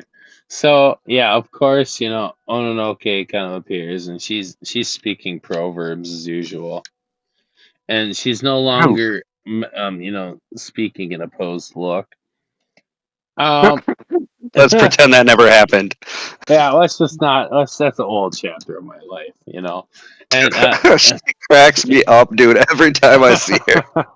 she's just not with it anymore. Uh, and like she even goes like, is this whole town your yard? Uh, are you dispatched by someone? And like you can tell like she's still like low key still scared of Shinobu after she got her arse kicked by her. Well, fucking, I like how she says straight up, like, I'm not scared of a quasi vampire at all. While Yeah, being fucking scared. yeah, she's a little fucking liar. Uh, so like, you know, she, says, he says, Hachikuji, left her backpack, and you know, yeah, he's gotta bring it back to her. And Ononoki kind of mentions at one point, she wasn't exactly just an apparition slash zombie thing. She was once a human, a Tsukugami, if you will. What And does that mean? so obviously like it means pretty much just like a fake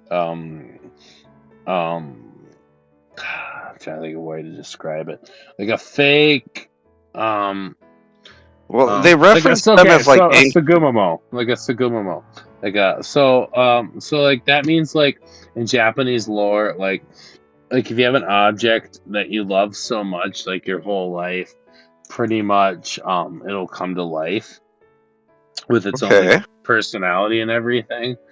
And so like that's pretty much what she comes down to, like the fact that she was like loved so much that she just kind of like came back to life and everything with her own personality. It's like a whole Japanese lore thing. Okay, Uh because I was very confused, because I sort of have a grasp on the term Shikigami, yep. but when they popped out that term, I was like, what's going on here? Yeah, and like yeah, Sugumomo. If you ever get bored, great anime. Um it's only got 2 seasons, but 12 eps each or 24? I'm 12. And the Okay, second cool. the second season ended on a cliffhanger, so you got to read the manga. Um, but yeah, Damn. so yeah, it's really depressing. So yeah, she even like says like she has to kill whoever she's told to kill. Which feels like possible, like, foreshadowing.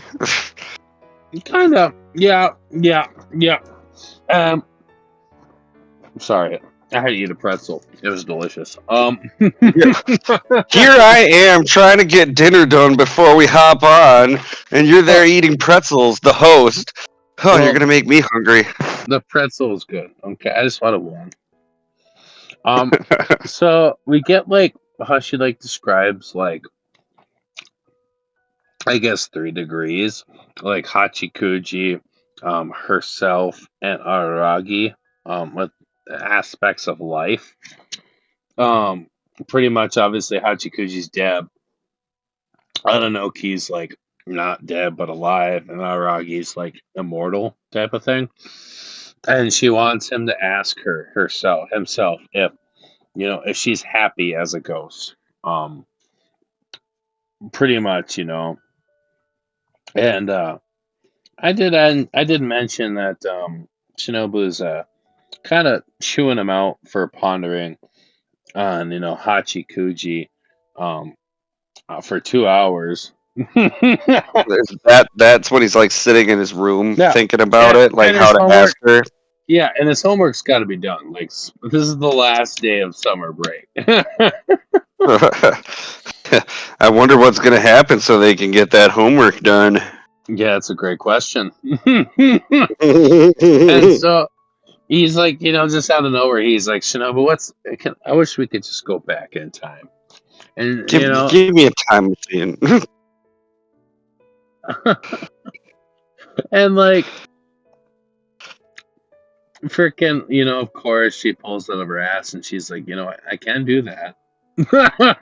you know, she's like, just like out of nowhere, like this is like one of those things like a shonen anime, like the character's just been holding this out forever, like, yeah, This I is can, not even my final form, Araragi. yeah, pretty much, yeah. And so they go back to the shrine, the snake shrine, and Aragi's impressed. It was like her first time using the energy there, and even like because all she says is she pretty much just has to use the energy from the shrine to do this, and she tells him, "Don't be nervous, you know." It's merely time travel. Like it's like this small thing, you know, and she makes it sound so damn easy. And she she wants him to give her his watch, what she quotes unquote calls like a decorative thing, which it really is because he wears it on his non-dominant wrist, anyways. So she can kind of keep track of where she's going back in time. So he gives her the watch, and he gets to hold her hand, and he really loves holding her hand. May I add? Well, I'd And like to point out too that it's funny as shit because Shinobu's like, "Why are you nervous for holding my hand? I literally watch you piss." yeah, well, it's holding hands, dude. Like, it's I mean, if she watches him piss, she also watches him jerk off. So I mean, there's that. Fair enough. I wonder if she ever asks if she can hold it. Can I hold your hand? Like, let me aim it for you. Let me aim that for you. Make sure it doesn't land on your tummy. So Whoa, we went to 2 degrees of debauchery here, like folks. Folks, well, let's just note I was talking about he pees. He was on a completely different subject here. yeah, me, yeah, definitely. So, so like obviously, like this is kind of in the sub part. You might have paused it on this as well, but then this is also kind of if you're thinking about it. But in reality, this has been itching at him the whole time. But he didn't really go back in time for homework. He went back for Hachikuji because he might have said that, he wanted to get his homework done. But this whole time he's been thinking about Hachikuji. And more or less maybe the fact that he, if he had a chance to like save her, he would. And that they even say it in one of the pause frames, but it definitely makes sense. Um so they get to the next part. They get through the portal and it's August 19th. And it's supposedly noon, right? And you don't really put much thought on it. And it takes like 5 minutes to think how,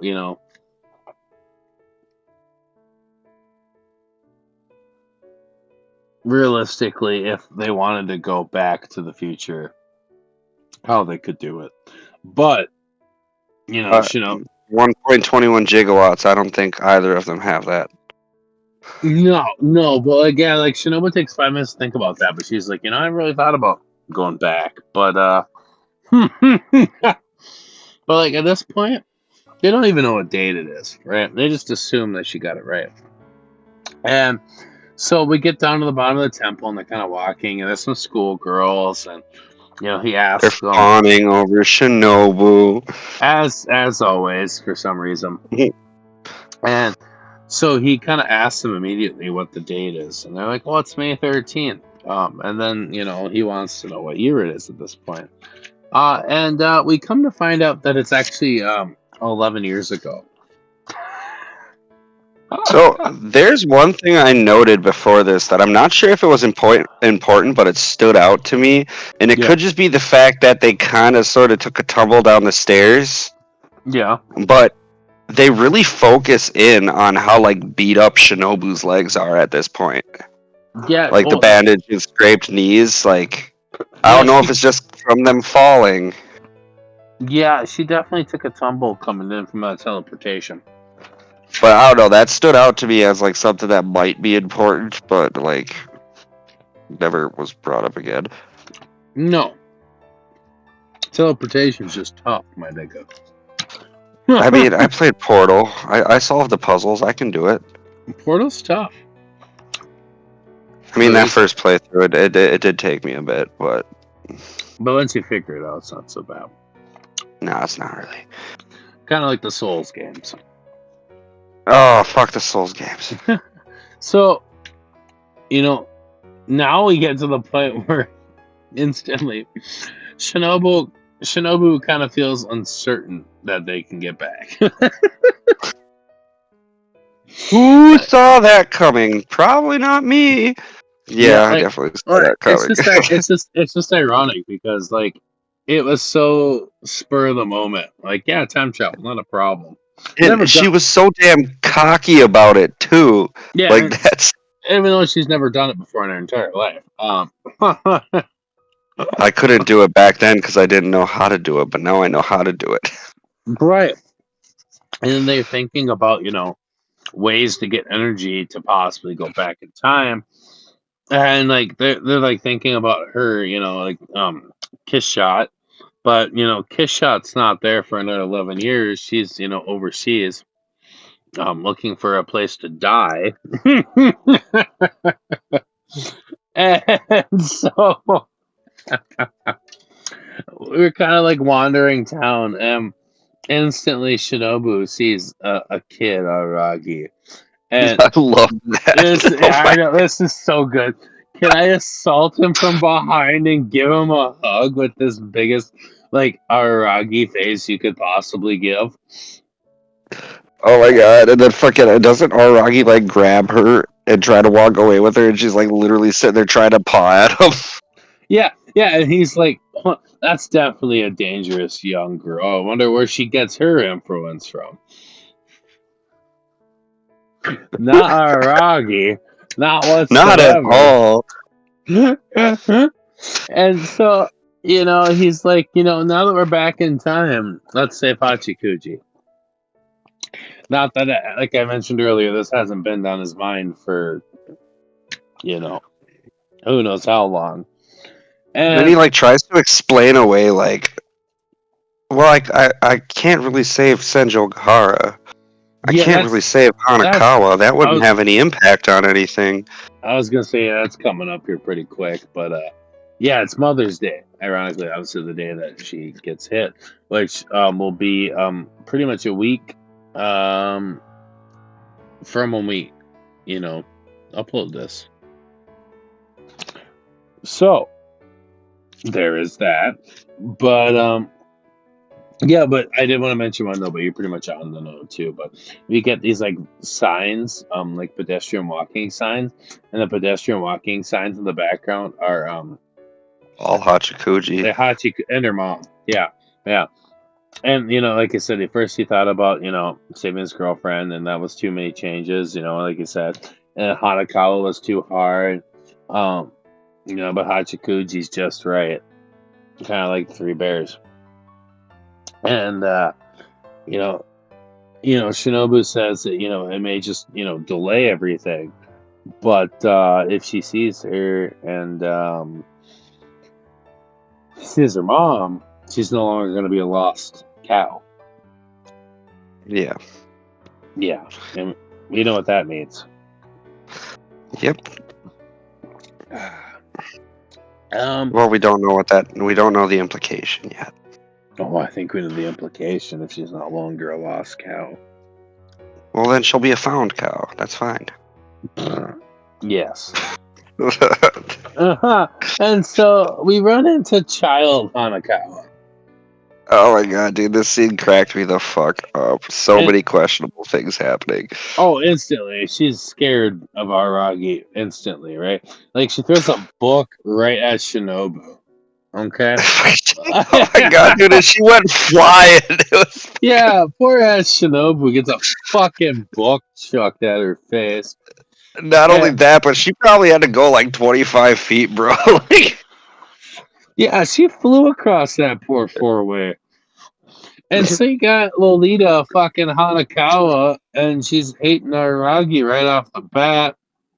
And like he's even like, this is so shocking. I want to get down on my knees. Like the fact that Look at your panties. yeah, yeah, and like he's like smooth, flat chested Hanakawa rules. And like he's just changing him and they're chasing him and vice versa. They're chasing each other. And like That was she like like that scene literally reminded me of like fucking old Scooby Doo, dude. Like yeah. And there's even like a frame if you pause it right enough where she's stomping right on his fucking balls. right Right on his on balls, right on his balls if you pause the dude. frame just right. I did not get to pause the frame just right. I might have to look up this fucking frame later. Yeah, dude, it was absolutely fucking hilarious, dude. And they like even quotes saying, Lolita Hanakawa ran to escape, actually showing fear. Like, of course she's fucking afraid. Like, my lord, dude. But Like you are straight trying to violate this fucking like 10-year-old. yeah, she would have been not even No, yeah, 10. She would have been like fucking what, like 5? 7. Like 11 years ago, they're 18 now. And she would have been like 7 years old. And like Shinobu makes a very valid point instantly. She's like, dude, you don't get arrested.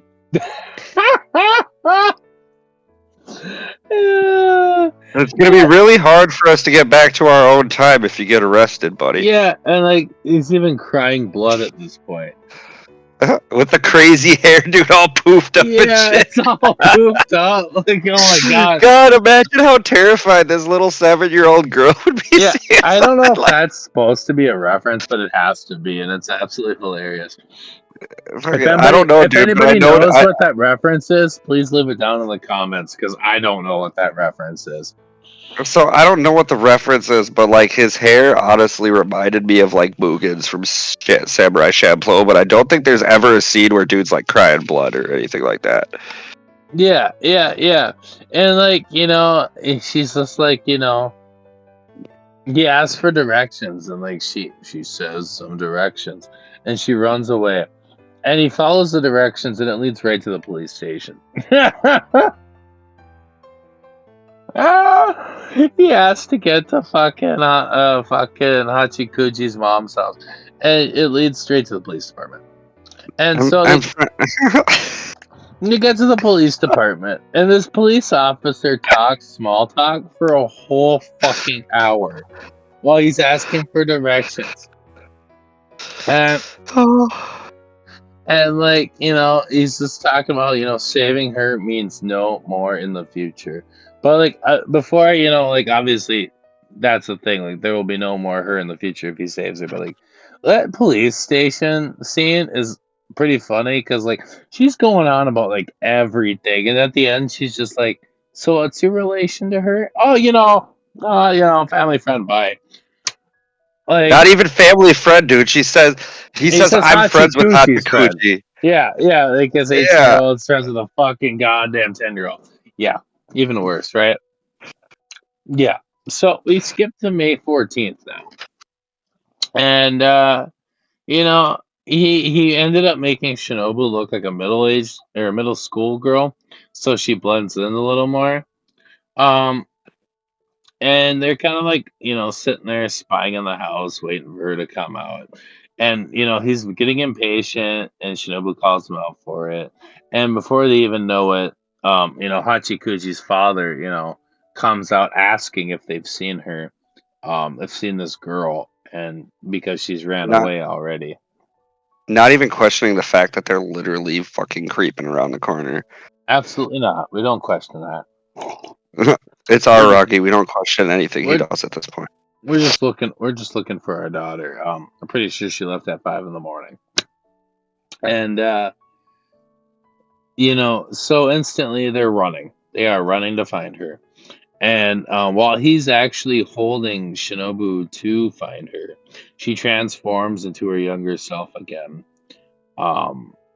pretty much doesn't necessarily. I mean, he assumes it, but more or less just so she's easier to carry while he does this. I But didn't even realize she transformed at that point to look like the middle school girl. I thought he just dressed her up. I didn't connect those two dots. yeah, yeah, she transforms and he picks her up and runs, and she transforms back. But they're running, and he passes her at the podium while looking for her where they first originally met. So Shinobu literally grabs his fucking throat and chokes his ass to stop him. Not just a hey, stop. No, it's fucking throat choke. Adam's apple throat choke. And he dies. Understandably so. Fair And enough. so he gets up to her, and he's gonna guide her. So yeah, what's he gonna do to approach her? He proceeds to flip her panties into a kid dash, if you will. Yeah, and I would like to say that kind of ironically, there is a snail on Hachikuji's panties. Yeah, absolutely, absolutely. Just like in the very first series, and Hmm. she almost was hit, but Aragi pushes her and lands on her back and takes the hit. I don't know And if this was a Yu Yu Hakusho reference, but it really felt like a Yu Yu Hakusho reference. it really did. It really did. Are you okay? No. Are you? Well, doesn't realize that he's the one who actually, assaulted her, and he's a pervert. You know. Yeah, I mean, we know our boy at this point. Yeah. It's unforgivable. But he gets her there. You know. Because she just it's hilarious because like there's the whole chase scene, and like obviously, oh my god, it's a pervert. It's ironic because she was so flustered she didn't realize it's him. I don't know, hilarious, but It was hilarious, actually, but like, yeah, yeah. And so he gets her to her mom's house, and like they get back to the shrine, and the shrine looks like shit now, and but luckily it is full of energy, but she could turn if she had to drink too much blood, if worse came to yeah, worse. But you know, he'd yeah, be lost after, it's fair. It's fair. saving a lost girl in a alternate dimension. And patting himself on the back of the dick afterwards. Yeah, it's kind of a bad punchline, especially since, a vampire won't die. Yeah. Yeah, yeah, it's just hilarious because he's just like, I'm gonna jump in backwards. No, no, don't do that. Don't. You get lost in there, you fucked. You know what? It's gonna be terrible pain, but you're never gonna die from it, buddy. You're gonna be in there forever. Yeah, yeah, exactly. So they do end up getting back to their home time, but when they arrive, the whole world's fucked. It's been annihilated. Yeah, it's the exact specific word. You ain't wrong. I know, like it was ominous as shit because you only get like an ominous message at the end of this episode about the world being annihilated. You don't get to see any of what is actually kind of really going on. Yeah, until So like the like first frame of the next episode. I would hate to be watching this while it aired. Oh yeah, it wasn't fun. I can imagine. I'm sorry, guys, who watched this while it aired. Like, just I just wait, apologize. just wait till this new season. You're gonna fucking hate it. Oh, I am. So yeah, the time warp's successful, and technically Shinobu and him are on you know, the cross sign, Yeah. but they're kind of blaming each other for this whole situation. As one would, you don't want to take blame yourself, so you're like, "Fuck you, other No. person I'm with. It obviously is your fault." Right, right. And now it's June 14th.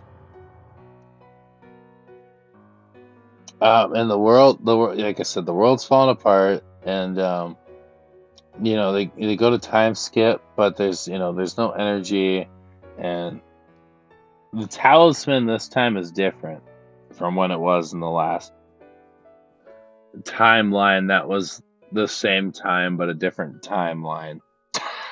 Uh, a different This route, one, if you will.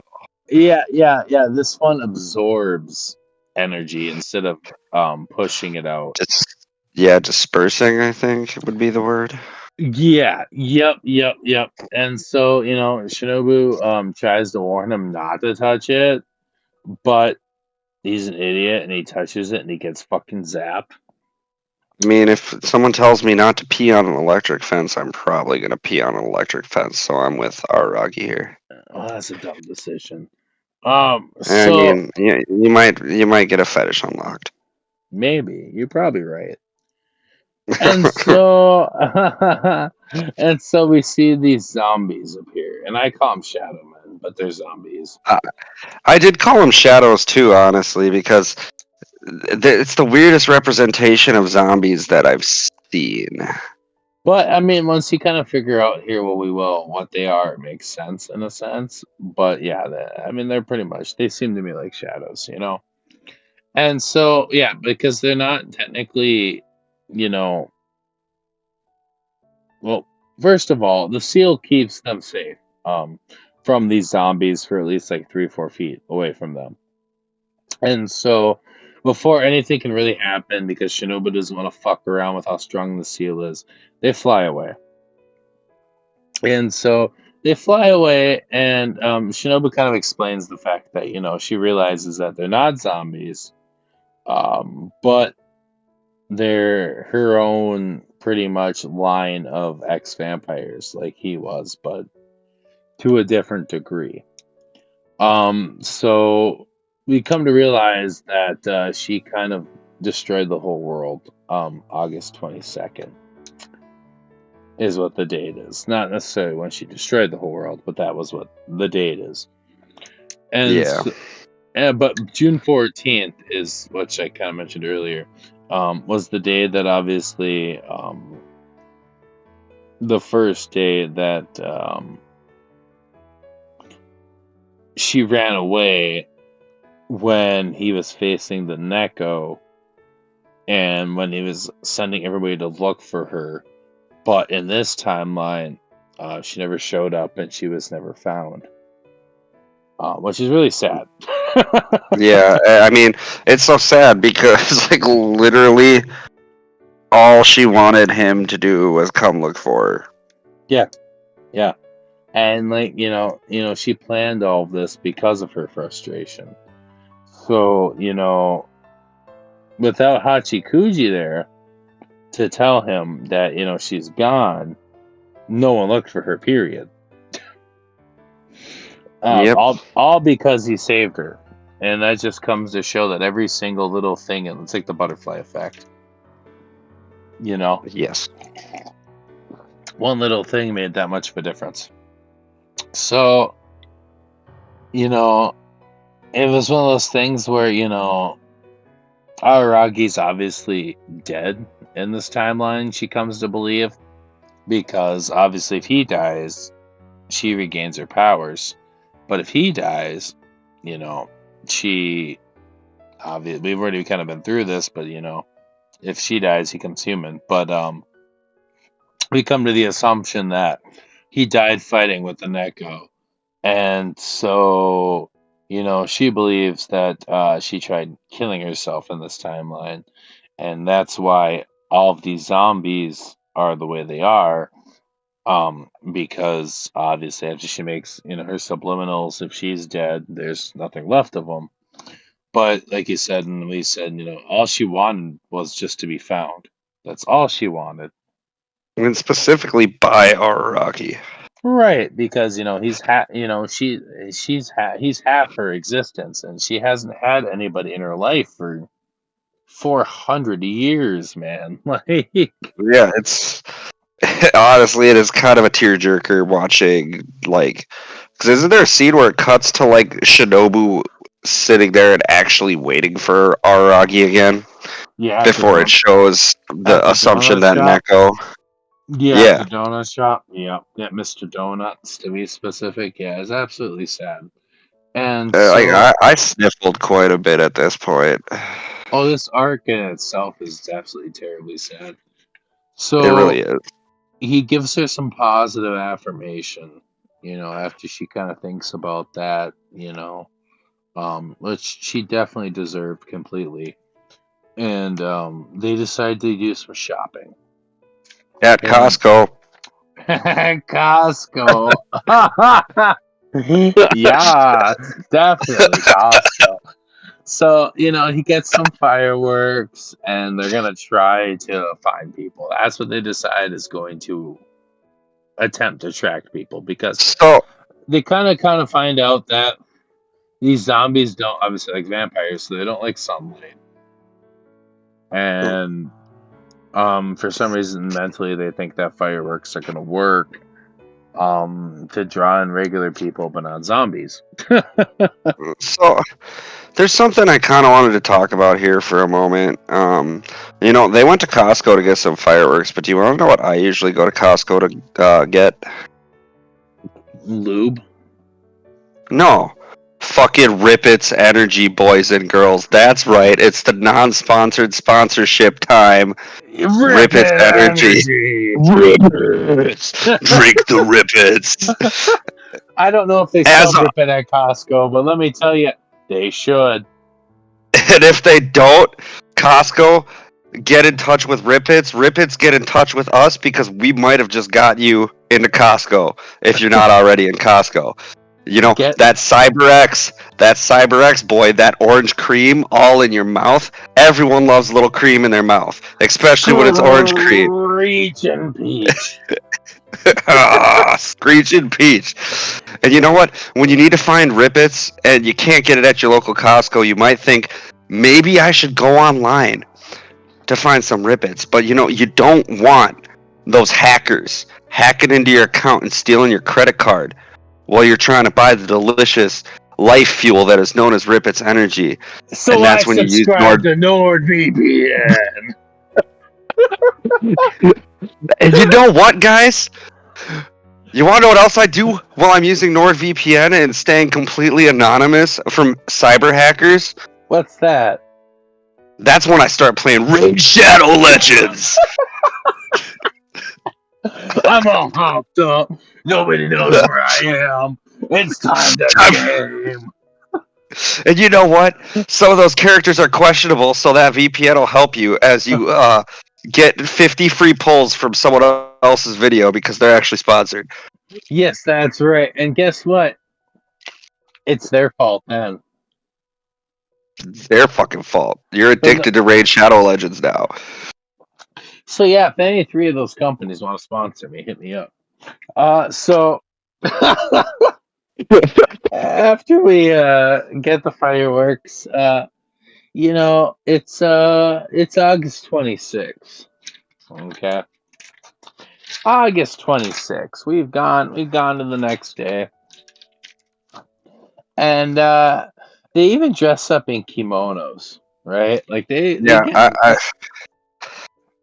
I liked this whole visual here because I'm not a super big Japanophile. I like to think that I appreciate their culture, but fireworks usually come along with festivals. I think this is around the time one of their festivals would be held in Japan. in August. Yeah. Yeah, that in April and all the January. So time. It seems like they're always having festivals in anime, at least. they're, But oh yeah, it's because they're always summer animes. But yeah, so yeah, fair enough. but yeah, then But Shinobu has her hair and her buns and looks absolutely adorable. And they're she clearly really having a does, good time. They're clearly having a good time. which is such a stark contrast with what's going on around them. Like, Well, yeah, I mean, at this point, you gotta kind of just go with what you got because, like, they've like necessarily kind of accepted the fact that, like, if we can't fix this and we are alone, it's just you and me for like and I don't know, ever. and I don't know if they're referencing this, but this point, this whole scene with them shooting off fireworks, having a grand old time, really made me think back to watching Zombieland for the first time back in what, like 2008, 2009 in theaters. Can't remember when that movie came out, but it really sort of has that feel to it where they're trying to make the best of this post-apocalyptic situation. I really doubt they're referencing that, but it's like They the could same be. thing. They could, but I don't think so. Um, if you want to sponsor a Zombieland, Oh my god. Yeah, hit us up. So, yeah, they lit off all these fireworks, like tons of them, and they put them out in the buckets. And the next thing I know, the zombies come. lots of fucking zombies. Those motherfuckers are surrounded. I think they noted that there were like Well, thousands of them. that's the start of the next episode here. Yeah. So at first, Aragi's like, more than 200, 300, maybe even 1,000. Like he's like, there's a fuck ton of zombies here. And the next thing they know, rice is falling from the sky, and nobody's getting married. So there's that. And Thought it was so fucking funny, bro, that the zombies are scared of rice. well, it's a religious thing. Is it? I wasn't It sure. it is. Yeah, it's So, definitely some so for Buddhist. me, seeing this and not realizing that it was a religious reference, this is the goofiest fucking scene. That's fair. I can understand that. Just some white rice falling and everybody running. You know, ironic for Asia, right? So It's very ironic for Asia. they start running, and we instantly see Hachi Kuji as a Which adult. at this point, I didn't know it was Hachikuji. So literally in my notes, it says saved by post-apocalyptic waifu. And then the very next bullet point in my notes, all caps, it's fucking Hachikuji. And they ironically meet where they met before the first time. And they get chewed out. Yeah. But Because Hachikuji's got to be what, like 21 at this point? she would be 20. Okay. Yeah. So she's like 2 years older than Araki. And he's really happy because she made it. She made it. Even in this fucked up world. It wasn't in vain, right? And she even like mentions that it looks like he's gonna fucking cry, but he did. And like he said, she gets okay. So she has a note, and yeah, this is after he says, "Yeah, my name's Aragi, Koyomi," and she's like, Well, yeah, first off, we gotta like point out that he doesn't say just, yeah, my name's Aragi Koyami. She's like, are you Aragi perchance? Like, I was told there's gonna be some guy walking around with a little blonde girl, doting on some little blonde girl, and his name was gonna be Aragi. That's the next part of my notes, but you're probably right. Yeah, like so. Yeah, he said, yeah, like you said, he said to be, with a little blonde girl, the same guy who taught me about rice, and she says that the guy that gave her the note was Oshino, And so this is where you realize that Oshino is like 10 steps ahead of everything. Okay. But yeah, this blew my fucking mind, dude. Yeah, so he's been waiting. Okay. And, he's been waiting for a long time. And apparently, a random, HS saved her as a child. Heard about? Yeah, so a random high school kid saved her as a child, and he heard about it, and before Golden Week, rang a bell, and they were, he knew instantly that she was talking about him, and so right after that, he assumes instantly that Araragi time skipped to save her. And, he explains to Araragi that time can't be changed, but split from point A to point X, which is an alternative route. And he knows that he's probably, in it with Shinobu, and that she failed suicide, but she's now here, and like it's this whole fucking thing, and like instantly he knows that they're probably looking for her, and like they aren't perfect, so go save this bitch because only you two can save her is pretty much what it comes down to. He can't force them to do it, but it's his wish, and why not save, Hachikuji again? Is pretty much what it comes down to. Like, this man Yeah, has this all down to a fucking T. and I don't understand it. I don't at this point. Like, how did he know? Because he's Oshinomeme. Fair enough. He's got Hawaiian shirts. Maybe if I wore more Hawaiian shirts, I would know. You gotta own some, man. It's a secret to life. But yeah, no, that scene, like the first time I seen that was mind blowing. Wow, It really is. Mei knows exactly what Araki was gonna do. And one other part that I liked about the scene, it's right at the end of where he's reading the letter, when he like says like, "Oh, it's funny. I never saw it coming, but you ended up with Senjo Gahara in this route. I wonder who you ended up with in your route." Yeah, because every single time Oshino thinks that he's gonna end up with Hanakawa. Exactly, and I thought Yep. it, honestly, it's weird. I thought it was really cute that even in this alternate route, the world's gone to hell. Yeah. The events still happen where he ends up with Senjo Gahara. Yep. It's just a little bit of cuteness. They're perfect soulmates. In a weird way. In a weird way. So after that, after he reads that and everything, Hachikuji offers to take him to her place. And, more or less because she is lonely. But, she offers him some green tea, and because the fact, quote unquote, him saving her, she wants to do something nice. However, he does decline, and because she's not a lolly. yeah, that's exactly what it is. And he's got. She's lost the appeal. She's grown now. Yeah, her tits are too big.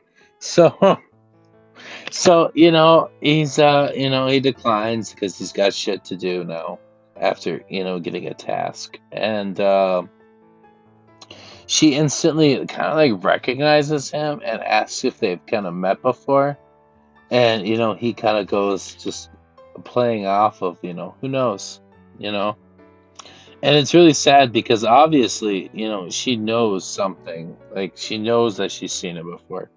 And I feel like who would forget the person that saved him from getting hit by a car? And I feel like deep down, Aragi kind of wants to explain everything, but at the same time, it would ruin. He knows he shouldn't. Yeah, it would ruin so much, and so, but at the same time, he thanks her for staying alive, and that kind of made me fucking sad, dude. Like that whole sequence of events. This whole arc made me sad. I'm a sobber. I cry a lot. So yeah, that whole thing is absolutely beautiful. But he's got Shinobu to save.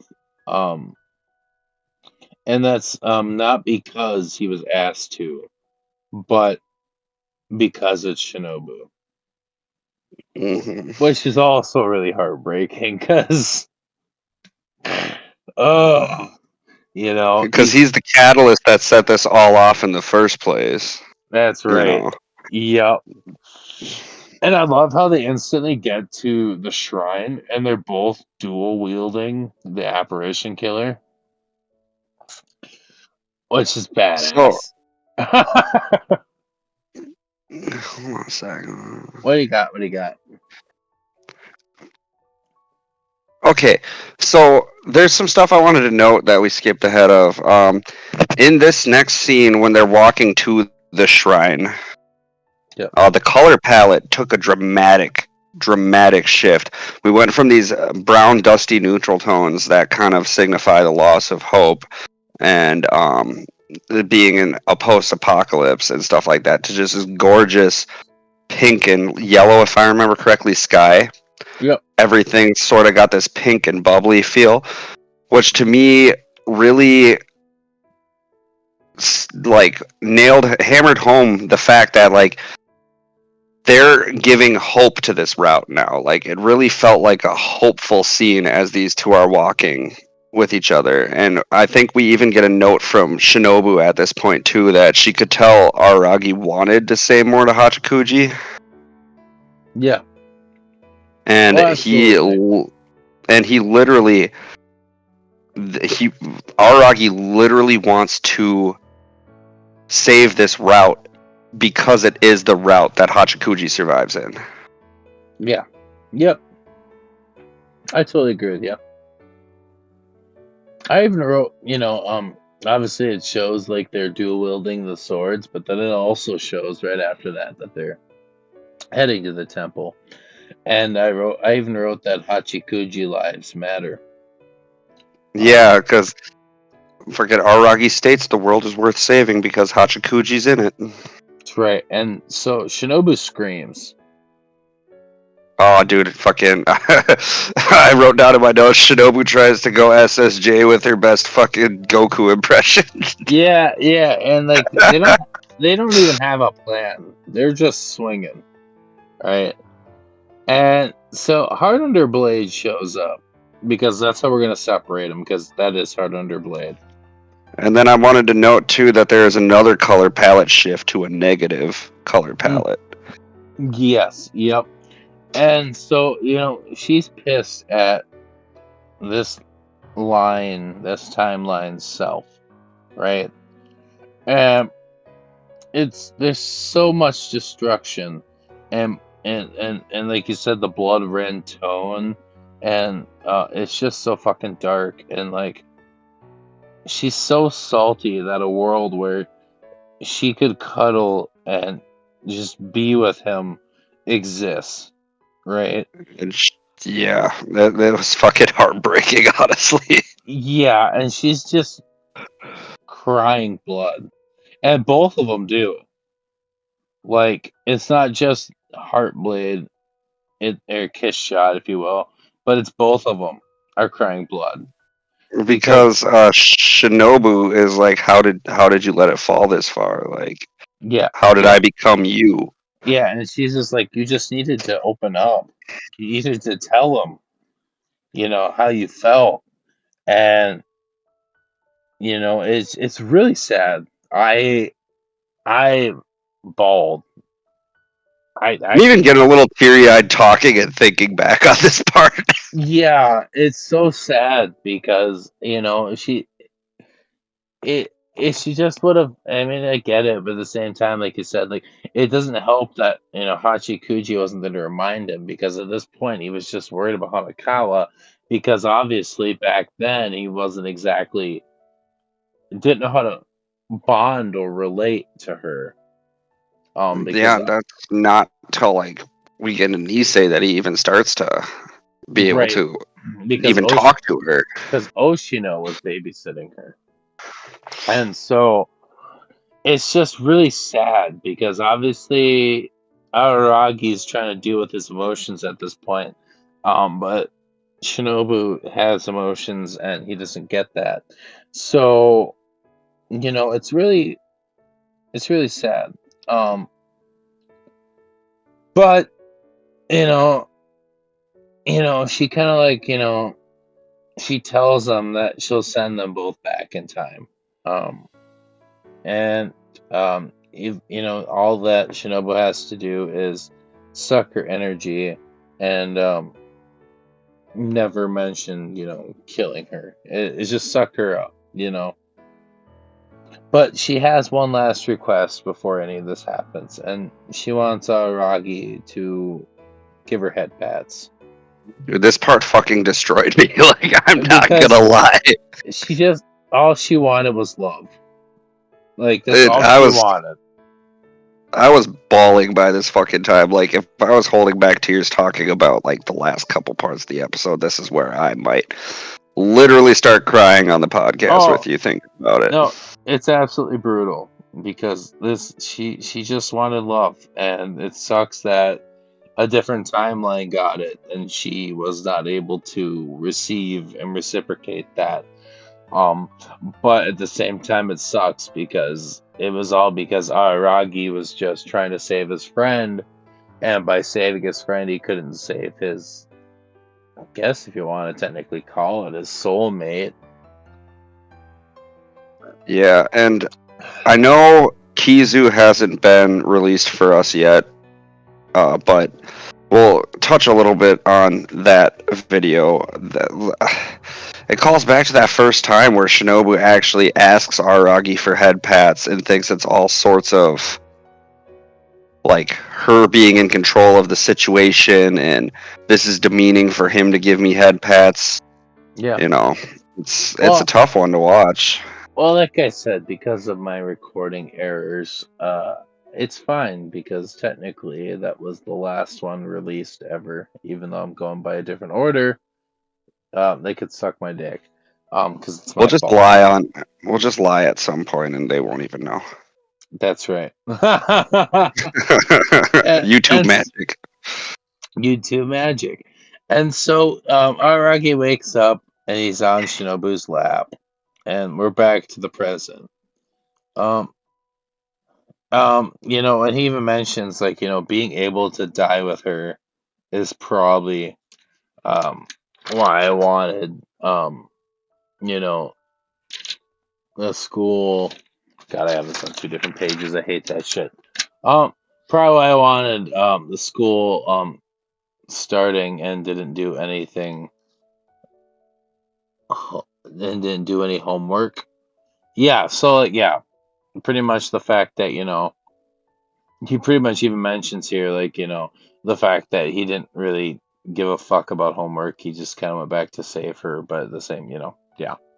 So, Yeah, and I also would like to say that like that at this point, I'm pretty sure this is where Aragi notes that like there's a little like conversation between him and Shinobu where Shinobu's like she just wanted to die with Aragi, back then, yeah, and he notes yeah, that even in that route, Aragi probably wanted the same thing. yeah. If they kill you, I'll destroy the world. Yeah, Yep. that's literally what happened. He got killed by, Neko, and she literally destroyed the world. Hmm. So, this is probably my favorite interaction. I actually have a clip I'll have to send you of this that I made a couple years ago. Oh, I'll just But say, oh, how the turntables have turned. yeah, so Hachikuji is back, and they get down, and she's grabbing him now, right?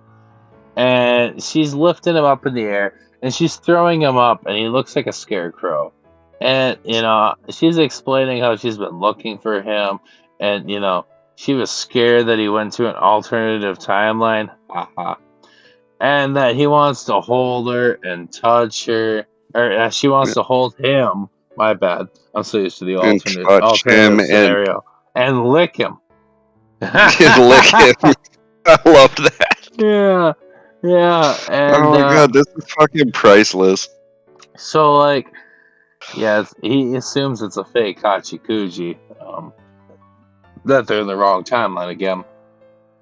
But you know, she just needs to flop her name better, and he never thought of being alive. Or oh, my bad, I quoted that wrong.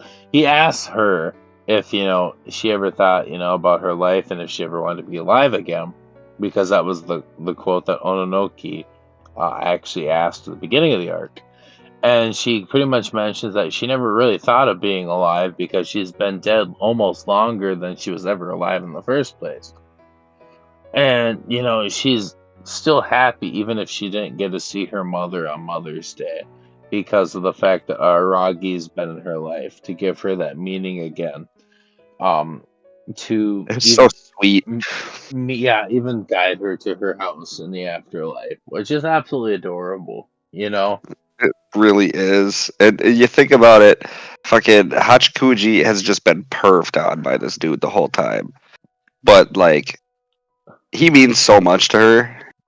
Oh, absolutely. It's absolutely fucking precious, and it's a good way to end the arc. And out of these two, I know you said, the Suba Tiger's your favorite, but this one to me personally is my favorite because I relate to Shinobu more as a character in Hachikuji. So I think this one to me is personally my favorite of this Uh, first half, but are I you secretly a lolly?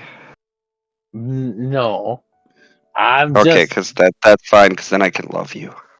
I just love the characters. Is there something wrong with that? No, it's just you say you relate more to these 10-year-old girls. I just thought you might be a 10-year-old girl in Well, disguise. Like, you know how sometimes you run into someone and you're like, God, they're like four ducks wearing a human suit. I thought you might have been a lolly wearing a big tall man suit. if that was the case, I don't think my knees would hurt as much. Well, you'd be carrying around a big tall man suit all the time, my friend. Yeah, but there's four of us. I mean, you know. Oh, fair enough. Four lollies. Well, it depends on what lolly you are on the lolly pyramid. Because if you're the bottom lolly, your knees are probably gonna hurt. But if you're the top lolly, I you're don't just know. sitting on your ass all day. I think Shinobu could handle it, She especially could. She could. especially if there was four of them.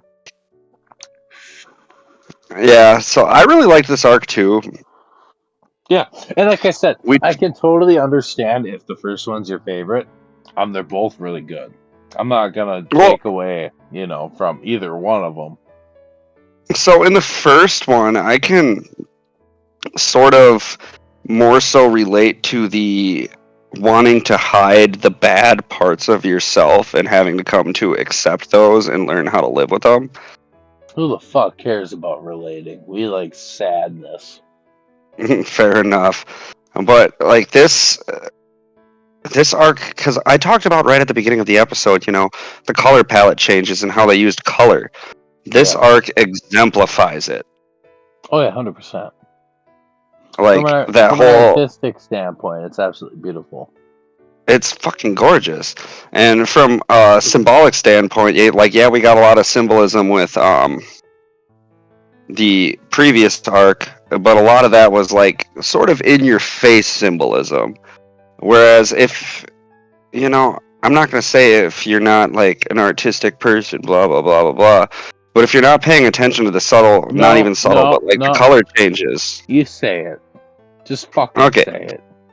If you're not an artistic motherfucker here, if you Yeah. don't got a little bit of that artism, you might not notice these subtle, not really subtle, but very vibrant color palette changes that are supposed to signify different moods for the arc. Like that negative color palette change before the red color palette change, even.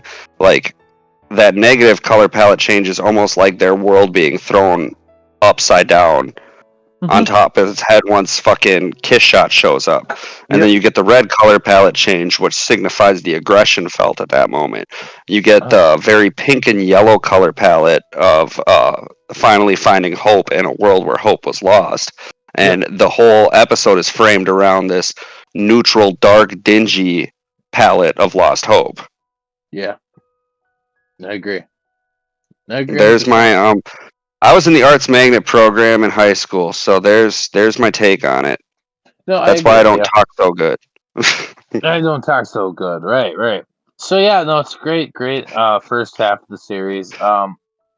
So overall, first half of the series, on a scale Um, of 1 to first whatever, half of the first half of the series, we still got episode 10 and 11, buddy. 10, That's how you 11. have it laid out. Yeah, What the fuck do you because mean this 10, the 11? first half of the series is supposed to be episodes 1 through 11. Yeah, 11's a recap. That's it. Oh, well then I watched a little farther ahead than I should have when I skipped over to Yeah, because right after this is Hana. Okay, yeah. So, little pretense, I guess I watched the first 10 episodes of the second part, the first 2 episodes of the second part, and then switched over to Hana because of the infographic I was given. No, that makes, yeah, because yeah, it's, I mean, you watched the first 11, but yeah, the 10, episode 11 is a recap, so you only watch the first 10 episodes. But that's fine. Well, 10 should be the beginning of the next arc, if I'm not mistaken. No, because the first arc is 4 episodes, if I remember correctly, and then the next arc is the. Let me double check, but I'm pretty sure. Let's see here. Excuse me. Yeah, so the first arc, which is the Suba, is 5 episodes. And then you get one summary episode after that, which is episode 6, which is a recap. And then you get, Okay. and then So you get, that's where it messed up for me because I didn't have any of the summary episodes in the format I was watching, and that's why I have 2 extra episodes for right, this then first you get part. 7, 8, 9, and 10, and then it's another recap. Well, So, we'll talk about that next week because I thought this cliffhanger was ridiculous for it to end in the middle of a fucking arc anyway. And yeah, I would like to rescind the fact that I am Doki Doki Etchy Man this time, and I gotta quickly come up with one. Okay, I am fucking Hanakawa Senjo Gahara shower scene Etchy Man today. okay, that's fair enough. That's fair enough. So what do you give the first half of the arc? honestly, like fucking. I'd give it like a 978 out of 1,000. Okay, so like So a 9.78. Okay, okay, yeah, yeah. I give, I mean, I give it a 9 out of 10. It's Yeah, solid. I need It's to get very more solid. complicated because like all of these have sat at pretty much a 9 for me Yeah, that's fair. so far. I feel like the whole series as a whole is just 9, but it's my first time running through it. I haven't watched it as many times as you, so these are all subject to change at some point. Right, right. Yeah, absolutely. So yeah, no, like I said, we both give it a very high rating. But yeah, that's pretty much it for Monogatari second season part 1. So I guess we'll see everybody next week with Hana Monogatari, and Yeah, tune in for Hanamonogatari. we'll see you then. See you guys later. Bye, Peace. Rip It's Energy. Costco. Boom. And also Raid Shadow Legends. And But also NordVPN. and NordVPN, but we're not sponsored. So we'll see y'all later. Bye. Bye.